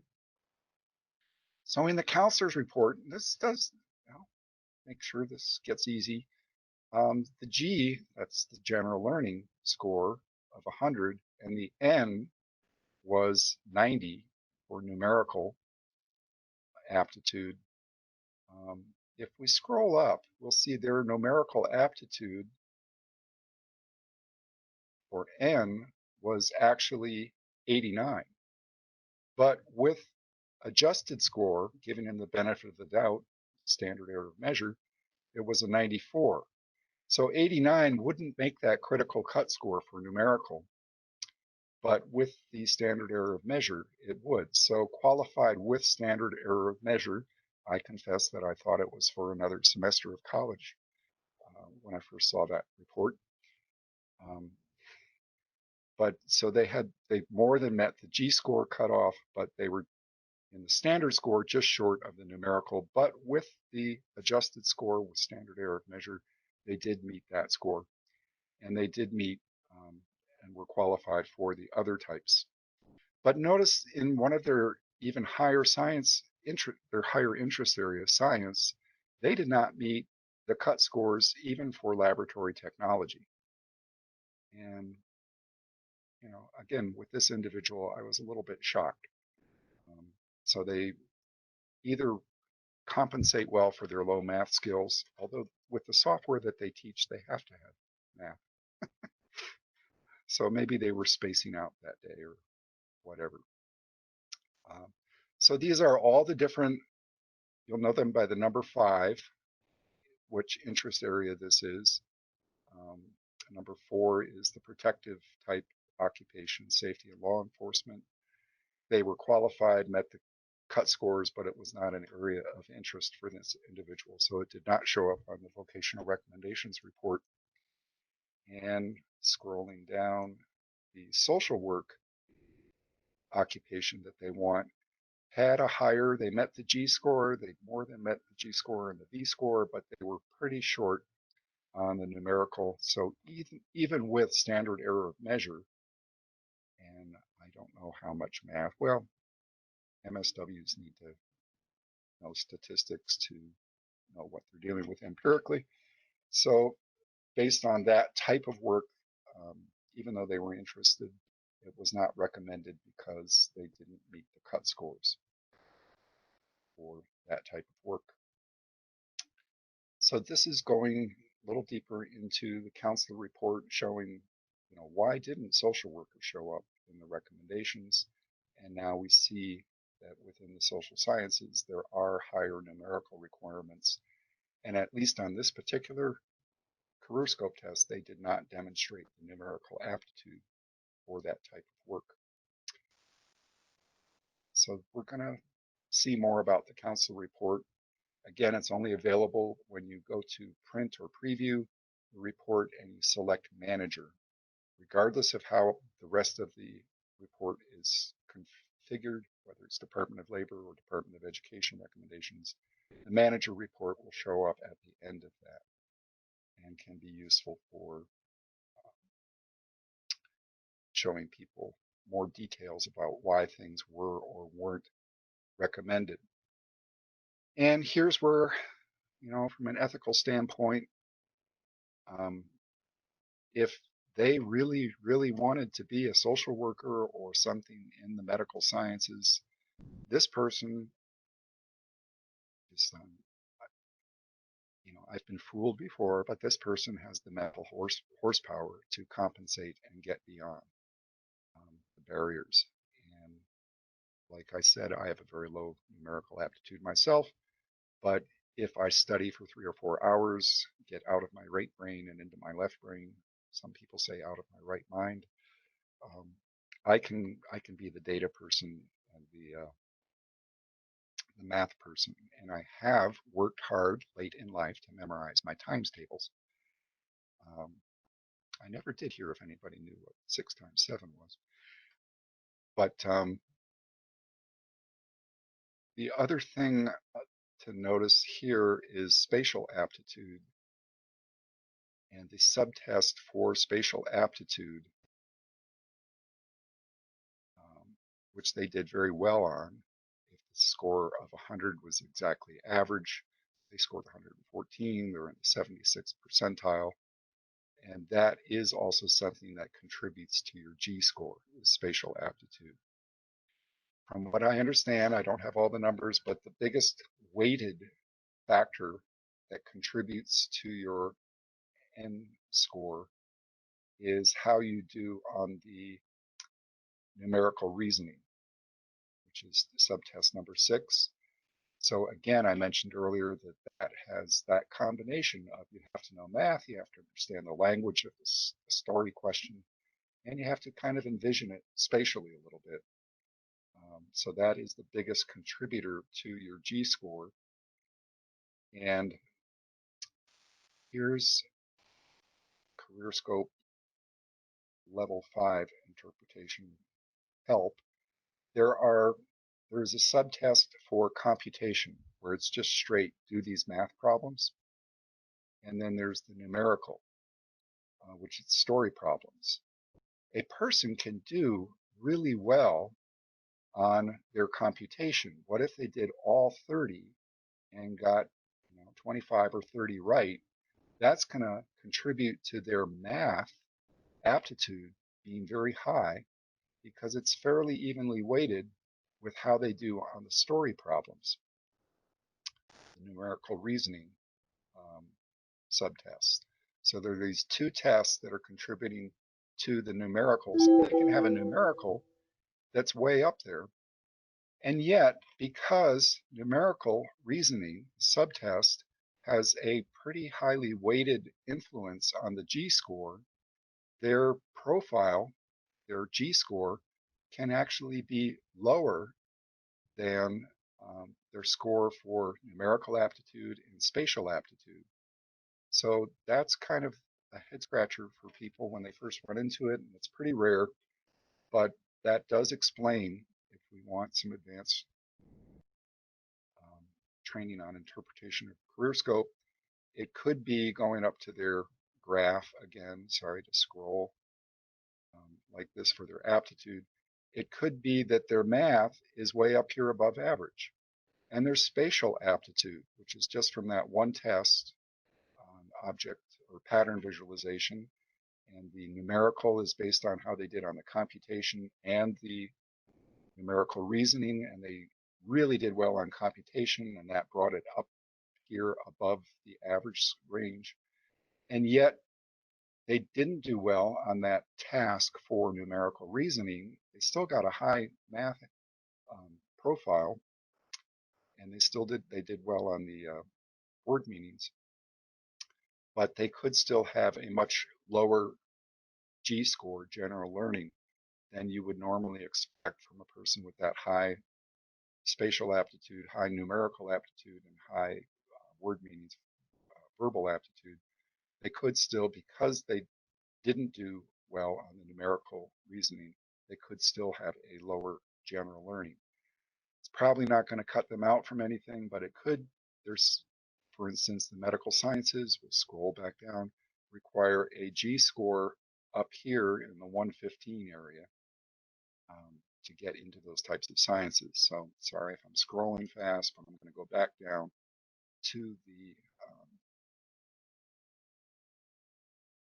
report and show with the physical sciences and the life sciences and the medical sciences, these have the highest aptitude cutoff scores associated with them. And this person is pretty far short on the numerical, and even with adjusted score, they did not come up, even though they are on a full ride scholarship in what is basically a life sciences program. So, and they were very close on the G score requirement and definitely on the spatial and numerical, or not numerical, the verbal and the spatial. Um, so that is about as deep as you really need to know, is that there are these cut scores associated with uh, performance in these types of occupations. And it is based on two different aptitude studies. Um, one is estimates of job analysts, and the other is actual. And what we use is where analysts did actual assessment of incumbents in the occupations and coming up with numbers that research study indicated. And we'll see in OccuBrowse more about these different aptitude requirements associated with different occupations. So I'm looking at my John, we do have a question. It went great. back to more of the red X up feature that you talked about. Uh-huh. And asked, is there a limited number of times in which an individual can stop and use that red X and redo sections when interrupted or stuck? To my knowledge, there is no limit to that. And if you have a person that's struggling, I recommend they do that as much as they need to. It's just they're going to have to go back into the portal and re-enter their user ID and password to start the test again. Got it. And I also know that John had mentioned kind of the summary reports in that Minnesota Department of Ed format. Do people have some thoughts about that? We would, it is something that we could change on the back side. And if you feel like it talks to some of the career fields and industries you're typically might be counseling around, we could look at that potential. I know John's going to send me the information just in case, but if people have opinions about that, feel free to put in the chat. And in particular, there's a lot of information that John just went through about the aptitudes and measuring up to the interest areas and that qualification and standard or measurement piece. That if you have questions, feel free to put those in the chat. It's a lot to digest, but you did a nice job, John, explaining it.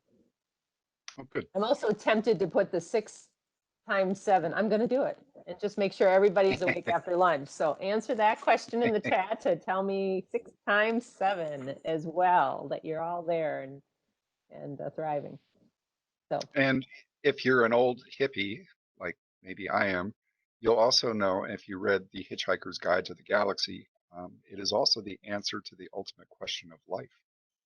But I digress. So everybody's feeling strong on 42, and some people are putting in good books. So that's great to hear. And I yeah, think you are all doing well. Thanks for being on top of that multiplication.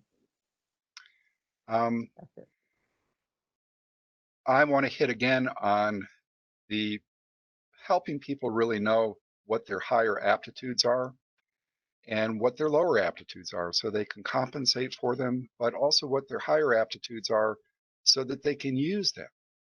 It is, I have a hidden aptitude that I spent 30 or 40 years in education and consulting and that sort of thing. I've worked with 50 of the Fortune 500 as a human resource planning consultant. And then I really have enjoyed working as a CareerScope guy for 27 years. But what I really wanted to do, if we use the Monty Python skit, which I'm digressing again, what I really like to do is I have a high spatial aptitude. And I've built several houses and all kinds of things. I think it's partly because my father had me do stuff with him, but it's partly because I developed it at an early age because there was no one else to build my house when I was 20 years old. And I had the money because I'd worked on the Alaska pipeline. But my latest thing happened 3 weeks ago. My stepdaughter needed a van that was an electrician's van. She needed converted to a tiny home so that she can move out to Colorado, where she goes every winter to work as a massage therapist in the high-end resorts up in the mountains. And she has places where if it's insulated enough, she can plug it in at her friend's place and until it gets, I guaranteed it down to 20 below, I think. But she'll save 1,200 a month for just room rental up in those isolated ski resorts. So I had no idea how many curves and tapers and convex and how many angles I had to figure in to cut every piece of wood and every board. And it was using my spatial aptitude at the highest level I ever have. And it was extremely engaging. Anyway, she's ready to leave tomorrow. And there is a kitchen and toilet under the plywood box, 9 square foot kitchen and toilet. Pretty good. There's a stove under the counter there. Anyway, that's, of course, I digress again, but just wanted to mention that using your higher aptitudes can be very fulfilling. I can't believe I volunteered to do that, and I'll try not to do that again. So you might have aptitudes that are maybe not used in your vocation, but you might have avocations or other things that you do with your aptitudes. And it is something worth being aware of. Um, I'm going to go into the management system again and say, let's say this person um, had no aptitude, no interest or no aptitudes, and I still wanted to create a report for them. And my personal ethics are I don't like to bum people out when CareerScope report comes up that shows they can't do anything. And that's sometimes happens. And it's, you know, I don't think it's good for a person's psychology. I don't think it's going to help you with your numbers as a VR counselor. But if possible, I like to show them a report that if you did have interest or aptitude, here's what it would look like. Um, so I can go into, for instance, okay, so we were in the evaluees, and this is for my personal login. So if you do this, you absolutely have to change it back the way it was as soon as you're done. So I can go into that main profile configuration and reporting. And again, you have to change this back because it affects everyone else in the state. You can just for a couple seconds here, unless Anne says, John, actually don't do that. And this is where Anne can say, well, it's actually in the summary report, but okay, for that main report, we want Department of Labor recommendations. And this is only if you click manager when you're previewing the report. So we want, and notice that mine says Department of Education career clusters. Um, so for this one, we want Department of Education, I'm sorry, Department of Labor recommendations based on, right now it's aptitude and interest. If this person has absolutely no interest in anything, I can say based on aptitude only. And that will change the report to show things that maybe they have no interest in. But if they did ever develop interest, these are the things that you might be good at. And that can get the person to lean forward again and say, okay, well, this is interesting. Um, and then all the different things that you want to include in that report. So that is where if a person has absolutely no interest, you can also, with the Department of Education, career clusters and pathways, you can have it on aptitude only and also interest only.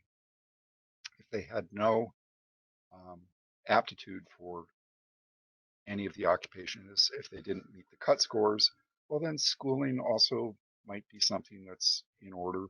And so you can create that report based on Department of Education, based on interest only. I want to show what we might discuss with Anne doing is in the management system that only she has executive access to. You could, you probably in for the evaluee, you probably have Department of Labor recommendations um, for the evaluee, and I had it on Department of Education's for the evaluee. So I'm going to go ahead and save the changes. This is just for me, and I'll probably change it back later. Actually, I want it to be this way, and my configuration has been saved. If I go in now as the manager, now before we get out of here, um, we could also change the counselor configuration and also your reports schedule for PDF generation. Those things are very rarely used. But I'm going to go ahead and save the changes here and go back into,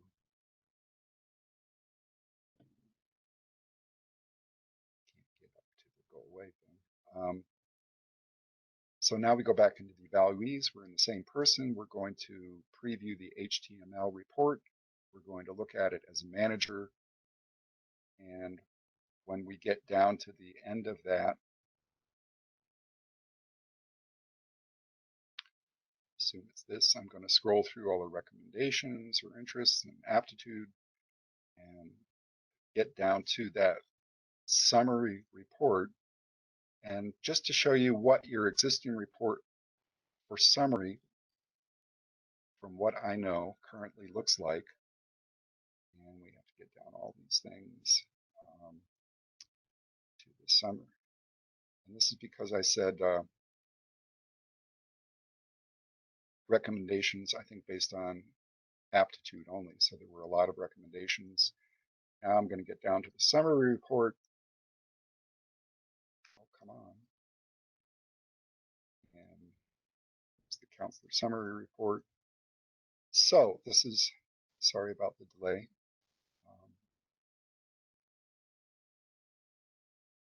This is what you're currently looking at a lot, and it explains in the legend that if there's a solid black dot, they fully met the aptitude requirements for that, but they had no interest in that area. So here again, for this person, their number 2 interest area was physical and all the different sciences, but they had no aptitude for it, so there's no dot there. And then, as we recall, for their number 3 interest area, there was one area where they have a hollow dot. That means they had the aptitudes, but only when you adjusted the score with standard error of measure. So this is kind of a very short version of the counselor report, which you already can get all this information when you're in the manager view of the report and go down and see, again, here's the number 2 interest area where here are the actual cut scores. And you could pretty quickly have gone back and shown that this person's numerical cut score was 89, even with benefit of the doubt that they were having a bad test day, it would have been 94. And the cut score for the sciences is usually 110, but even for the laboratory technician, an N score of 100. That's a lot of information, but I think I covered it 3 times, and I hope you get more comfortable with using the counselor report. And if you get a report from somebody else who's done the assessment, that you consider going into the CareerScope management system and doing a little bit more of this research yourself. And I'm looking at just a, So John, while you're doing yeah, that, I will make a comment about you had asked whether people should go in and change it to aptitude only if you had no interest on somebody. That is, we had communicated that I think the last time we did this training, and it sounds like people understood it and turned it back to do it individually. But I also am available if you ever have that situation again. I know Alan used to do that for people, is just change it quickly, run the report, send it to you, and then change it back is another option. yeah. So certainly let me know what your comfort level is. I don't know that it happens a lot, but when it does happen, those are the 2 options to look to. Either if you know it well enough and you're able to change it back to interest and aptitude, that's helpful, so we don't kind of affect those reports going forward. And sometimes there's a small window of time as people are all doing this under Right. one username. You're getting in and changing that at a time that somebody else might be administering, and that's why Alan often did it, because he tried to do it early before people got in. But just let me know how I can best support you in that capacity too. So I'm going to try to go into my PowerPoint and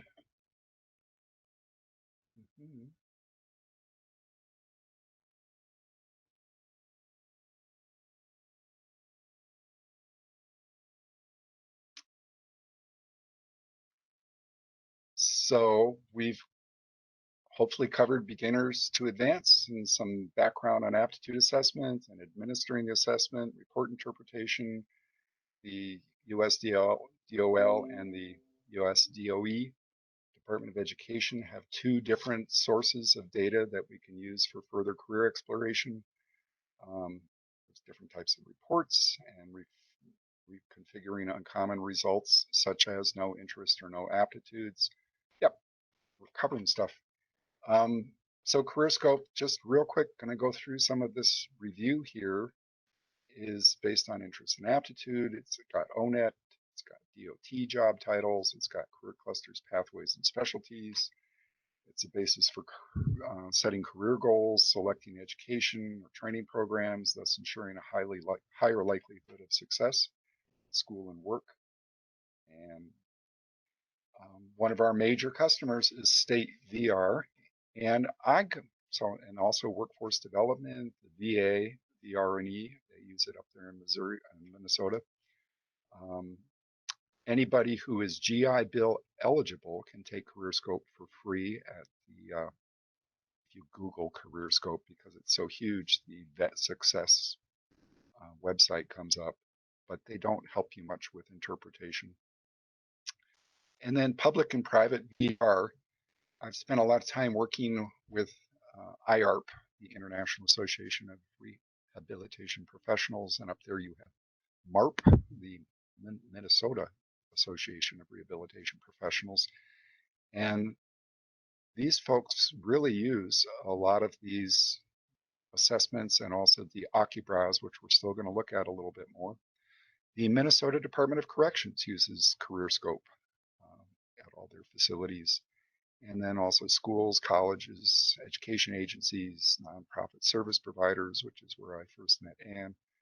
Um, but I go to a lot of conferences, and the VR conferences are, workforce development has their success stories and everything, and corrections has success stories, but it's the state VR conferences that I've been to that my jaw has dropped. There was one guy who was a salesman for stand-up wheelchairs, and these wheelchairs help you stand up. And he had been in a truck accident, and he was himself paraplegic. And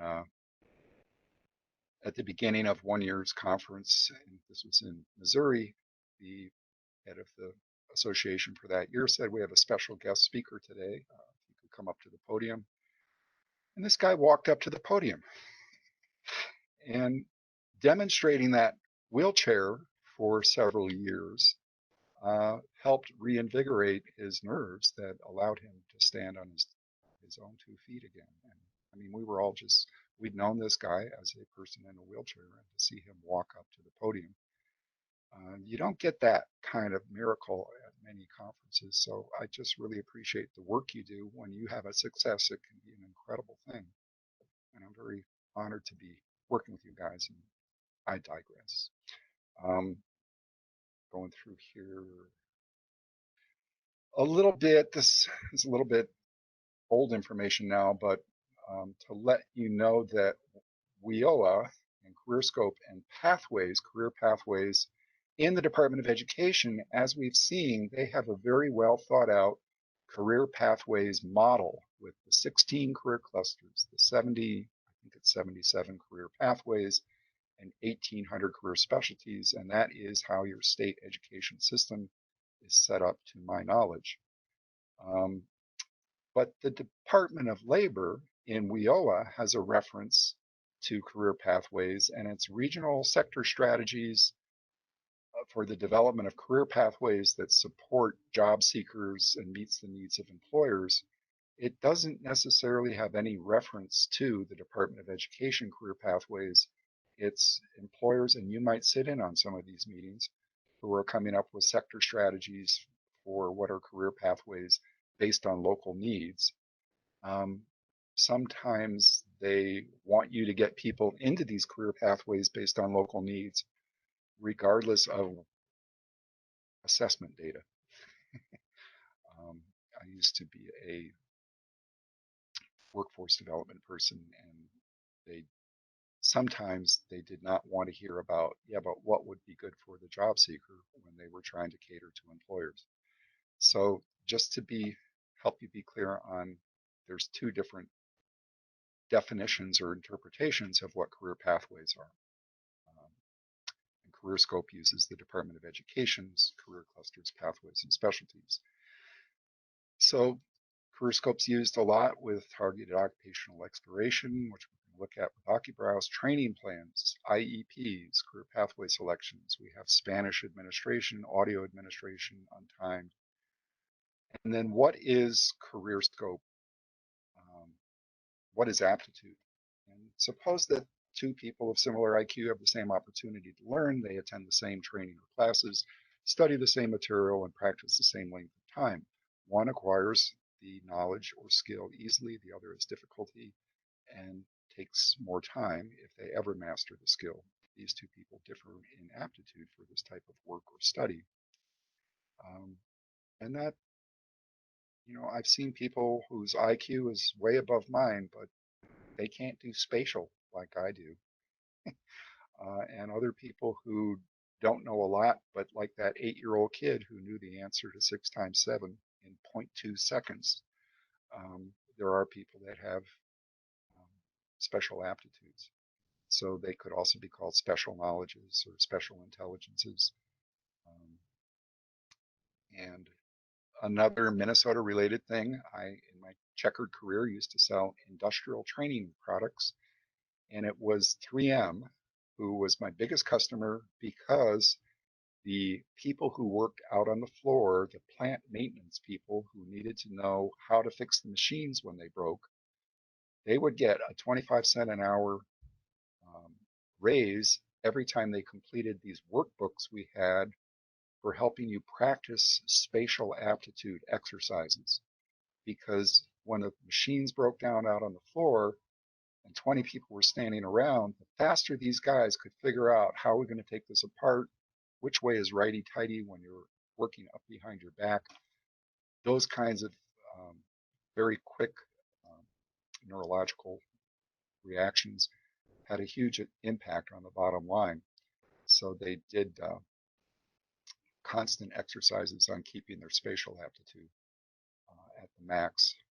And then I have a joke about down south, they call it spatial ed, but that doesn't really. I think WebEx is showing that a lot of people are rolling their eyes, but at least they're not yawning.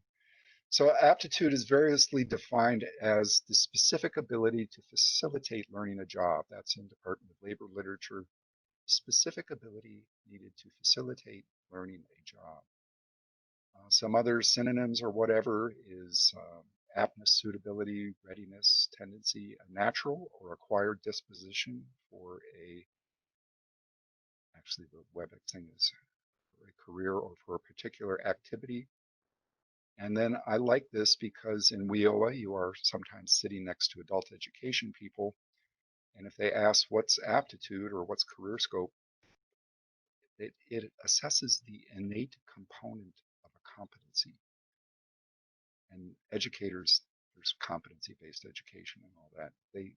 Yeah, there's an innate component of a competency. Um, and we've talked about 12 different interest areas. And I'm going to go ahead.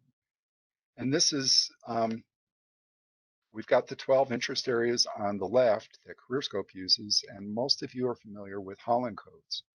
And way back in the day, there was the self-directed search, and then later at some point, the ONET was developed, and they have their ONET interest profiler, the OIP, and that uses the 6 Holland codes as well.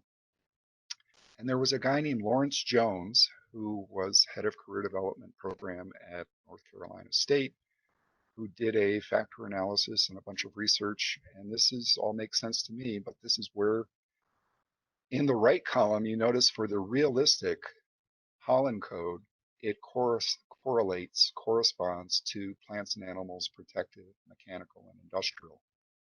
Um, and I think it's important. I really like that we keep the GOE. I fought against trying to bring in the Holland codes just because everybody's got Holland code assessments. But for people who are rural and for people who work in blue collar type things like plants and animals, mechanical, industrial, those are the people who end up sometimes, I think, more than others in VR. And it's good to know what kind of um, realistic are they, which of those subcategories. So that's um, some research that's on the internet. Um, Larry Jones is also the head of an interest profile called Career Keys that some of you might have heard about. It's a popular career assessment now that he's retired from North Carolina State.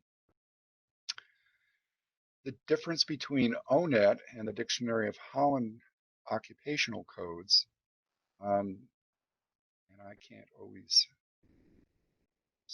I can't move this, but just a quick history. I don't want to cause any ruckus because I have online rants about this. But when ONET came out, they decided to use Holland codes, and the Department of Labor contracted different professionals to develop ONET. They used the Holland codes, and just when we're about to release this free occupational information database, they found out that Holland was still alive, and he gets a royalty when you use his information.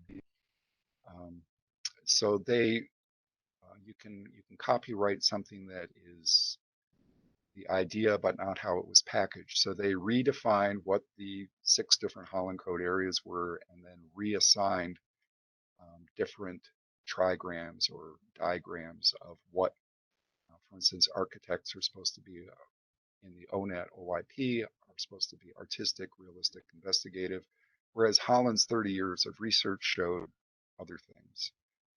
But anyway, just to be familiar that there are most off-the-shelf Holland code assessments like self-directed search or career key are not going to match up seamlessly with if you searched in ONET for what are the occupations that come up. Just something to know about ONET. Let's move on. The other thing is in CareerScope, like I said, it's based on how many times they click like.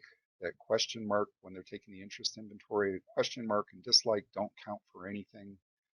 If the person doesn't like anything or just feels like everything's a question mark today, they're going to get very low interest profile results. But this is a screen print from actual CareerScope, and it doesn't show, but there would be a red X up here where they could back out of that interest assessment, which is 145 questions, taking about 15 minutes.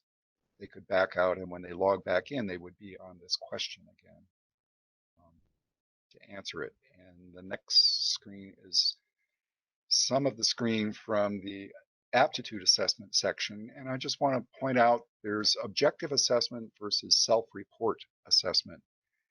And I write, if you have a few seconds to choose which shape the material at the left would form if folded or on the lines, I spelled that wrong, your results are compared to standardized norms. So it's actually probably this one with the yellow around it. But you have, this is the pattern visualization report or assessment in CareerScope, and you go through it very quickly. And people with low spatial aptitude have a real hard time with this. But there are other assessments out there where you self-report aptitude assessment. And just for instance, for aptitude, the actual definition of it back there, the ability to think visually of geometrical and comprehend two-dimensional representation of three-dimensional objects, ability to recognize relationships resulting from movement of objects in space. Um, People usually aren't real good at self-reporting this, or especially comparing themselves to others. I tell you, cutting 4x8 panels to fit in a 4 deconoline that are convex and tapered and have multiple contours, um, that would be a good aptitude test. Anyway, which would be more likely to lead to good CareerScope assessment. So CareerScope's flexible reporting system allows you to tailor the output to address the needs of customer and professional staff. We already know there's different types of reports. This is where I want to get into. You've got the interest and the aptitude results. Um, you've got the dark line that will be closer to the baseline if they had low overall interest, and farther to the right if they have high overall interest for the interest. You've got an uncommon interest profile. Here is a person who basically clicked like on almost everything. And because of that, nothing stood out as an interest that CareerScope could create a report of here is what you have interest and aptitude for. So this was somebody who just was interested in everything. And to give them a report, you would have to give it based on aptitude only. If this happens once in 100 clients, I'd be surprised, but it will be something that happens occasionally. So it could be too many interests, it could be no interest. Um, in their report, they'll show how they did on performance on task. We'll see in a little bit how many possible things they could have attempted. This is a little bit rare in that they often couldn't attempt all 30, and yet on numerical reasoning, which I know is 23 possible, whereas the others had 30 possible attempts, they were able to attempt all 23 and get 17 right. This person had very low. There were 30 computation possibilities and or 30 items for computation, and they only attempted 13. So that gave them a low numerical score, but and they had a pretty low word meanings, 15, and they had a fairly low um, spatial pattern was 11 out of 17. But that high numerical reasoning, look at their G score, was above the 50 percentile, um, score of 105. So that is an example of the numerical reasoning does have a pretty high weighted influence on that G score, which I mentioned before. And I hope you can see the right side of my screen because, but it is just showing the different subtests that determine or what these subtests, these tasks, object identification and that sort of thing, what aptitudes they can generate. And that again is also in the legend. When you look at the aptitude section in the legend on a CareerScope report, it shows what subtests generate that score for that aptitude. Here's one that shows in a summary, and I don't think I've sent something like this to Anne, but I'm going to make a note since people are looking at more advanced interpretations, and that would be the counselor report that they'd want to use. I'm going to send something that shows here's the clear definition of what the different letters mean on the CareerScope reports. P is form perception, Q is clerical perception. I don't know why they use those letters. Here's the goods on subtest 01 is object identification. There's 30 possible questions. It takes 1 minute. Notice that the numerical reasoning takes 7 minutes before the timer goes off. And then I have a short definition of what standard error of measure is based the standard score versus the adjusted score. Note to send score. And so then looking closer at the counselor's report, here's another example of the person that had a high interest. This is actually a completely different person, as far as I know, that had a high interest in science, but did not have the aptitudes for that. But their second area, well, I don't think it shows up on this report. And I explained what qualified with standard error of measure means. And the report legend, as I've said, is on the reports. You can always refer to that towards the end of the report. And here's an interesting thing. The GATB in its day was the most researched assessment ever, I think. The technical manual was 400 pages, and I'd always heard reference to this, and some states still have this as policy in their state VR. but as a guidance, and this is the ethical thing of it's not a blocking thing, but as a guidance, are we going to help this person who really seems like they should go for a lot more education? And I've known people that went all the way through medical school. Um, but a G score, general learning ability, of 100 is indicative that they would probably be successful based on the research done around the GATB um, in a community college back when this manual was written back in the 70s. It was called junior college. A 4-year college, you would usually look at a G score of 110. And for professional college, for instance, if they wanted to be a dentist or grad school or beyond, G score of 120. And the CareerScope's G score has a 0.81 correlation with the GATB, 0.80 correlation. In this case, is considered high. And I think I have at my website um, a link to that 400-page from the ERIC Education Resource Information Clearinghouse, where somebody scanned the old GATB manual into it, where I learned some of these things. We've reviewed the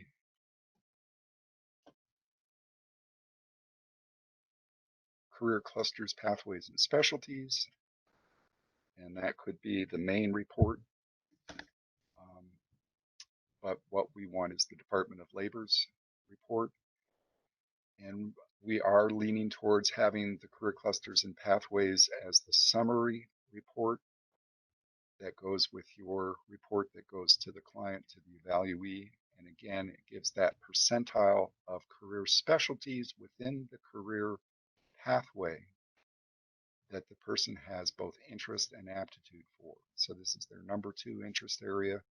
There are 2 areas where they have a strong percentage of interest and aptitude for the types of career specialties that that career pathway leads to. I think that's one of the cooler things they have in CareerScope. We discussed the ethical questions already, and I think we pretty much covered it. Um, Again, the big thing was, should CareerScope results be used to market a client to an employer? And I think I would let the client, you could run into people taking some risk here. I was at Kennedy King Community College on the south side of Chicago. Because I had Iowa plates, they had me parked 6 feet away from the razor wire. I was the only non-black person on campus. I had 2 security guards.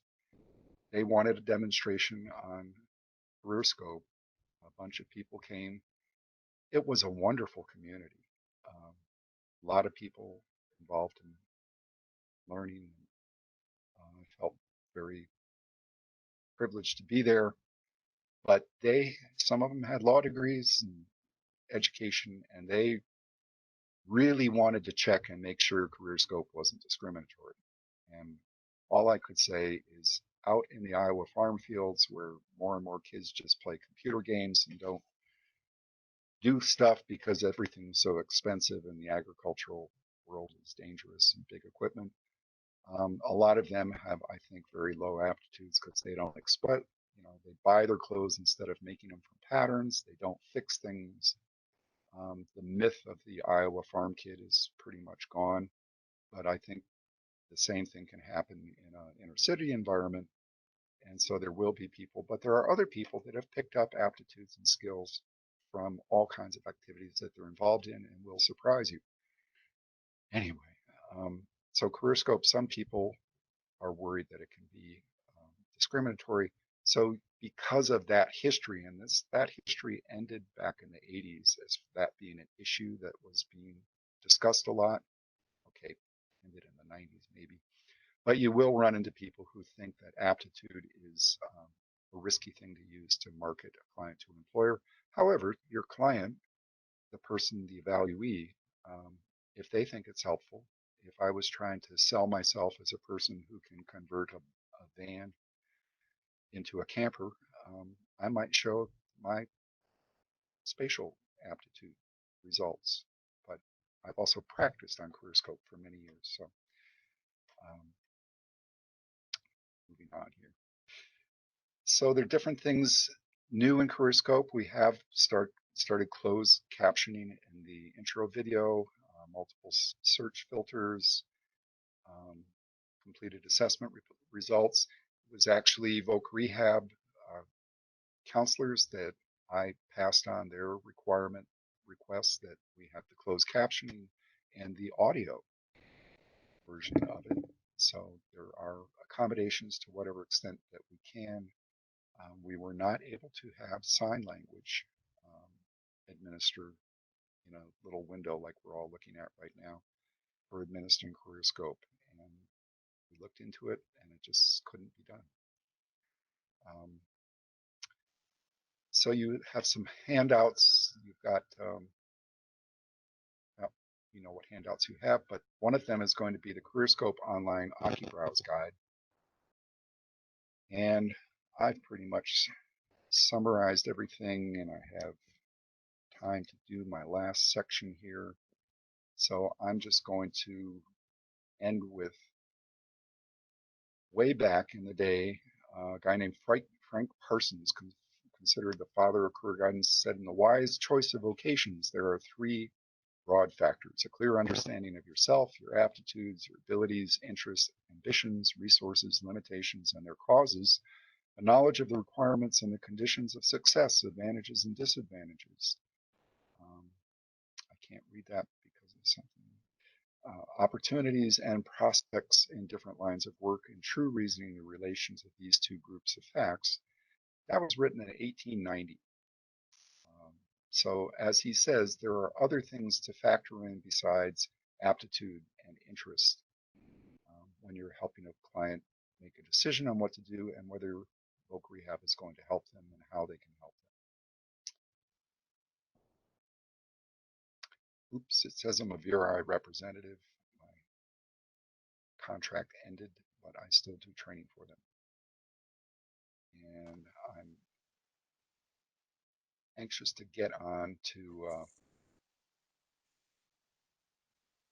another section here. So going So, back into, oh, John, go can ahead. I have, Yeah. somebody's asking a question, Becky's asking a question about, with this COVID space and not being able to physically, a lot of times we physically had individuals come in and administer this. Yeah. And I know we have been trying to further just push for people to do this online. Maybe just you could remind people how again you can share this with individuals you're serving to take the assessment. And then also for some of you who feel comfortable doing so, I mean, the next step also is if you feel like that person needs support during this time, there might be ways to use platforms like Zoom or Teams if the person can access it. I'm not sure if they can. Um, to be there just for those initial startups and share a screen if the person, if you can talk them through how to share a screen so that they can get started. Um, that is another thing that they're thinking about for administering this online. But John, do you want to just again remind people how you can how it sends something out to the individuals so that they can take the assessment? Yeah, we talked about that last time. I used a sheet that um, I email to people and encourage them to print it out, and it explains what their user ID and password is and what the website is that they have to go to. Maybe that could be just in an email rather than an attachment because it's easier to quick link to it.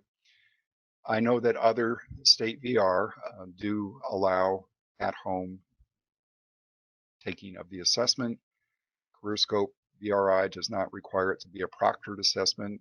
There is always some danger that their really smart older sibling took the assessment. As far as Zoom working concurrently with CareerScope, I think that could be hard on people at home. As far as their internet speed, CareerScope, we say, requires 3 megabytes per second of internet speed, but that is in case you're using it in an area where a lot of other things are happening on that network or Wi-Fi. I, for many years, only had 1 megabyte per second internet speed and never had any trouble administering CareerScope. But because it's timed and these are very fast going back and forth to the server in California, um, if you get below 1 megabyte per second, you could have it not work. So what can happen is a lot of home internet might not have the speed, the bandwidth to handle both Zoom and um, CareerScope Online being administered. I certainly think the person I would try as more unlikely to have problems if they can get on speakerphone or even have the phone while you're talking them through getting in, maybe based on the email that you sent them. Um, I think that would be a better way to approach it. I've not talked with VRI, Vocational Research Institute tech support, to hear if they've had any experience with people trying to run Zoom concurrently with CareerScope. And there's only so much when you're taking CareerScope, it pretty much takes up the screen. So I don't know how Zoom would fit in there. Like doing WebEx right now, I can't see some of my screen. And so with CareerScope, we pretty much take over. So I think Zoom may or may not be, but could run into between the internet speed and the layout of the screen and CareerScope taking over the screen. I'm not sure if that, but it could be tried. And calling CareerScope or VRI tech support would be a good place to find out if anybody's doing it. Otherwise, use a phone. Yeah, that's a great suggestion too. And I know you mentioned you used to put together a template that would go out to kind of explain it. If you have any examples of that, we would love to see it too. And maybe we can work on one ourselves. Yeah, and there's a lot of ways to do it. It might be as you said, calling and talking somebody through. It could be that you could take, if people know how to do a screenshot, or we could put that in our template to say, here's where you put your information. You know, Yeah, we can certainly work on something that gives individuals a visual. The other side is maybe you're not doing it while they're actually doing the test and you have more of the bandwidth, if you do. And you're just sharing a screen. You can do a share my window and show the person how it works, um, just to initially get set up. Because my call out was really more to just help that person get the assessment started. I'm not suggesting that you have to be there through the whole assessment, and that you probably wouldn't want to be, so that it could be an accurate result, and the individual is able to try that. But you can always be there for support if they're having problems. But so there's a lot of ways we can approach this, and let me know your thoughts on it as well. But yeah, if you John, if you have any other for resources you've used that have for worked well that people have understood, that's great to be knowing them too. yeah, for many years I would get calls even on Saturday nights of people taking CareerScope and they searched online and found my phone number. And so true vocational evaluators in the private sector might think that administering CareerScope um, unsupervised at home is not a good idea. Um, and yet, I know other state VR have been doing it for way over 10 years, and they get information, and people don't have to come into the office, and people are moving on with making progress as a VR client. So there will be some people with more orthodox backgrounds that wonder about doing that, but it is kind of the way things go. And CareerScope, unlike something like the GED test, um, doesn't have to be proctored, and they have found ways now to um, start administering the GED as a proctored test. I'm not sure how they do it, but they had to start moving ahead because that all got shut down.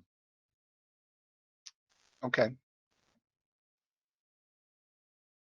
Are there any other questions? I've got one last section to go through here. Yeah, there's just a one question, but it's probably more for me, which is basically people are asking if they can actually do a practice test. Yes, you can. We do have some guidance to not use your name, and then also oftentimes you might have to put a workforce ID in as the identifier. and we just have a system in which to do so. So I'll put that in the chat. That guidance is also on the instruction side of our referral and tracking form, and I'll mention that as well in the chat. So I'll give it back to you. Okay, so right at the end of my agenda here, looking across all the different areas in the CareerScope management system while we have evaluees up, and notice that there are resources with print PDFs and there are training videos on very basic things, but something that you guys have that I hope you use more is, gosh, there it is. So I select a client, and in the same way that we have been selecting a client and then previewing the HTML reports to look at it or downloading a PDF report, at the end of your system, and Anne has gotten this within the last year or two, you have the AccuBrowse option. When I click on the AccuBrowse option, I'm going to go into the evaluee. It's the same report that we looked at in the preview HTML reports. And I have to jump over to another screen here, but you will have this screen jump up and it's submit to AccuBrowse. And this is where we have partnered with a company called Skilltran. They are now the company that has Oasis transferable skills analysis and AccuBrowse, which is a top flight occupational information system. And those same occupations that were recommended to this client, like nurse practitioner and um, those same occupations are there. When I click on one of them, notice that a whole bunch of menu items show up. If we want to see what a nurse practitioner is, it will have the description, what the DOT code is. We can also have the ONET code. We can have it in task or paragraph format. And frankly, I put myself, anyway, I've read a lot of DOT and different job descriptions. My master's is in human resources. But nobody knows about all different occupations. So quickly finding out what different occupations are, and then notice that there can be helpful for you when you're talking to an employer or to a client. Notice the requirements for this, we already know now a little bit about specific vocational preparation. So this occupation requires 4 to 10 years, which is a level 8. The math, reasoning, and language levels that are usually associated with the type of work, the aptitudes that are associated based on the Department of Labor studies that have been done, and going down the environmental conditions, the work situations, how they work, and what level they work with data, people, and things. We can view the definitions of these different requirements for an occupation. Again, we're getting familiar with what SVP and GED, but here it brings in the physical requirements of the occupation. So CareerScope doesn't know if this person can lift 20 pounds or 200 pounds. So knowing when this occupation is recommended for a person, is that a good fit based on your client's functional capacity? Um, there might be temperament issues that may or may not be useful for the person. And then there are what are called work fields and materials, products, subject matter, and services. This might be a person who has worked. This isn't a good example because it's medical, but sometimes there are transferable skills of work fields is what you did in that job, and materials, products, subject matter, and services is what you did it to, or what service you worked in. So that's the foundation of what's called transferable skills analysis, which is used still by Social Security and the insurance industries, can all be seen there. So I'm going to get out of that screen, going across. Back there. So we looked at the requirements, the skills and competencies required for it. I want to look at the codes real quick. Again, it's the work fields, the materials, products, subject matter, and services. what industry they worked in, where to look up more about it in the occupational outlook handbook, all these different areas, what kinds of instructional programs are related to this occupation, um, and then what schools offer this training. And you can say, for instance, in Minnesota, and there's a huge amount of data that's maintained on what schools offer training related to um, nurse practitioner. And so there'll be a list here of all these different schools. Then I can't quite get around. I'm afraid to click on this because I might back out, but I can't move my. Anyway, um, there is a huge amount of information in the OccuBrowse system that can be useful for finding more information about the data. Oh, there's a lot on Outlook and wages, and it can be right down to the sub-state area. They are continuing to collect this data from at the county level, and it's been very interesting since COVID to watch some of these county occupational numbers plummet or increase, or whole new areas show up. So it's OccuBrowse slices and dices occupational information like nothing you've ever seen. And you can become, can at least sound like a quick expert on almost any occupation with just a few mouse clicks. What I want to show is that was going in for just one job from the person's CareerScope recommendations. And I got 5 minutes. Um, I clicked on browse. And so there is a handout that you hopefully get, and more coming, um, on browse, where I take you through step by step when you're in CareerScope Online, how to go into the occupational, to the OccuBrowse feature. And we show where I clicked on submit, and then we can select one of their top recommended careers. In this case, it was nurse practitioner, uh, and then review comprehensive career information about it. But it's on the second page, the OccuBrowse browse feature, where you can look up anything about any occupation. So I'm in the browse tab now. I can search by keyword or title, and there's 30,000 different titles bringing up these 12,761 or 62 occupations. Include the descriptions in the keyword search. Um, so if you don't know the title, you can just say the description.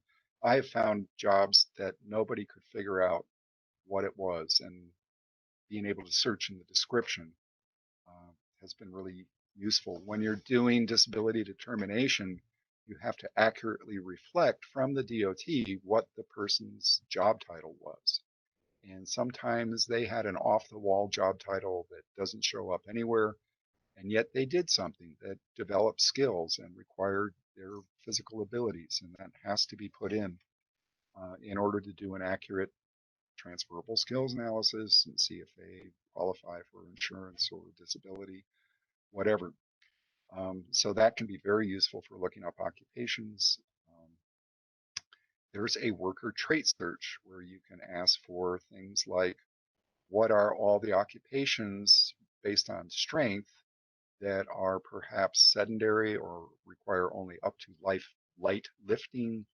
And then we might have their skills test results. They have maybe fourth or fifth grade math and reading, math and language skills, um, maybe some other information they have. But what are all the occupations that meet those different traits? I think it's 57 that are sedentary and low skilled.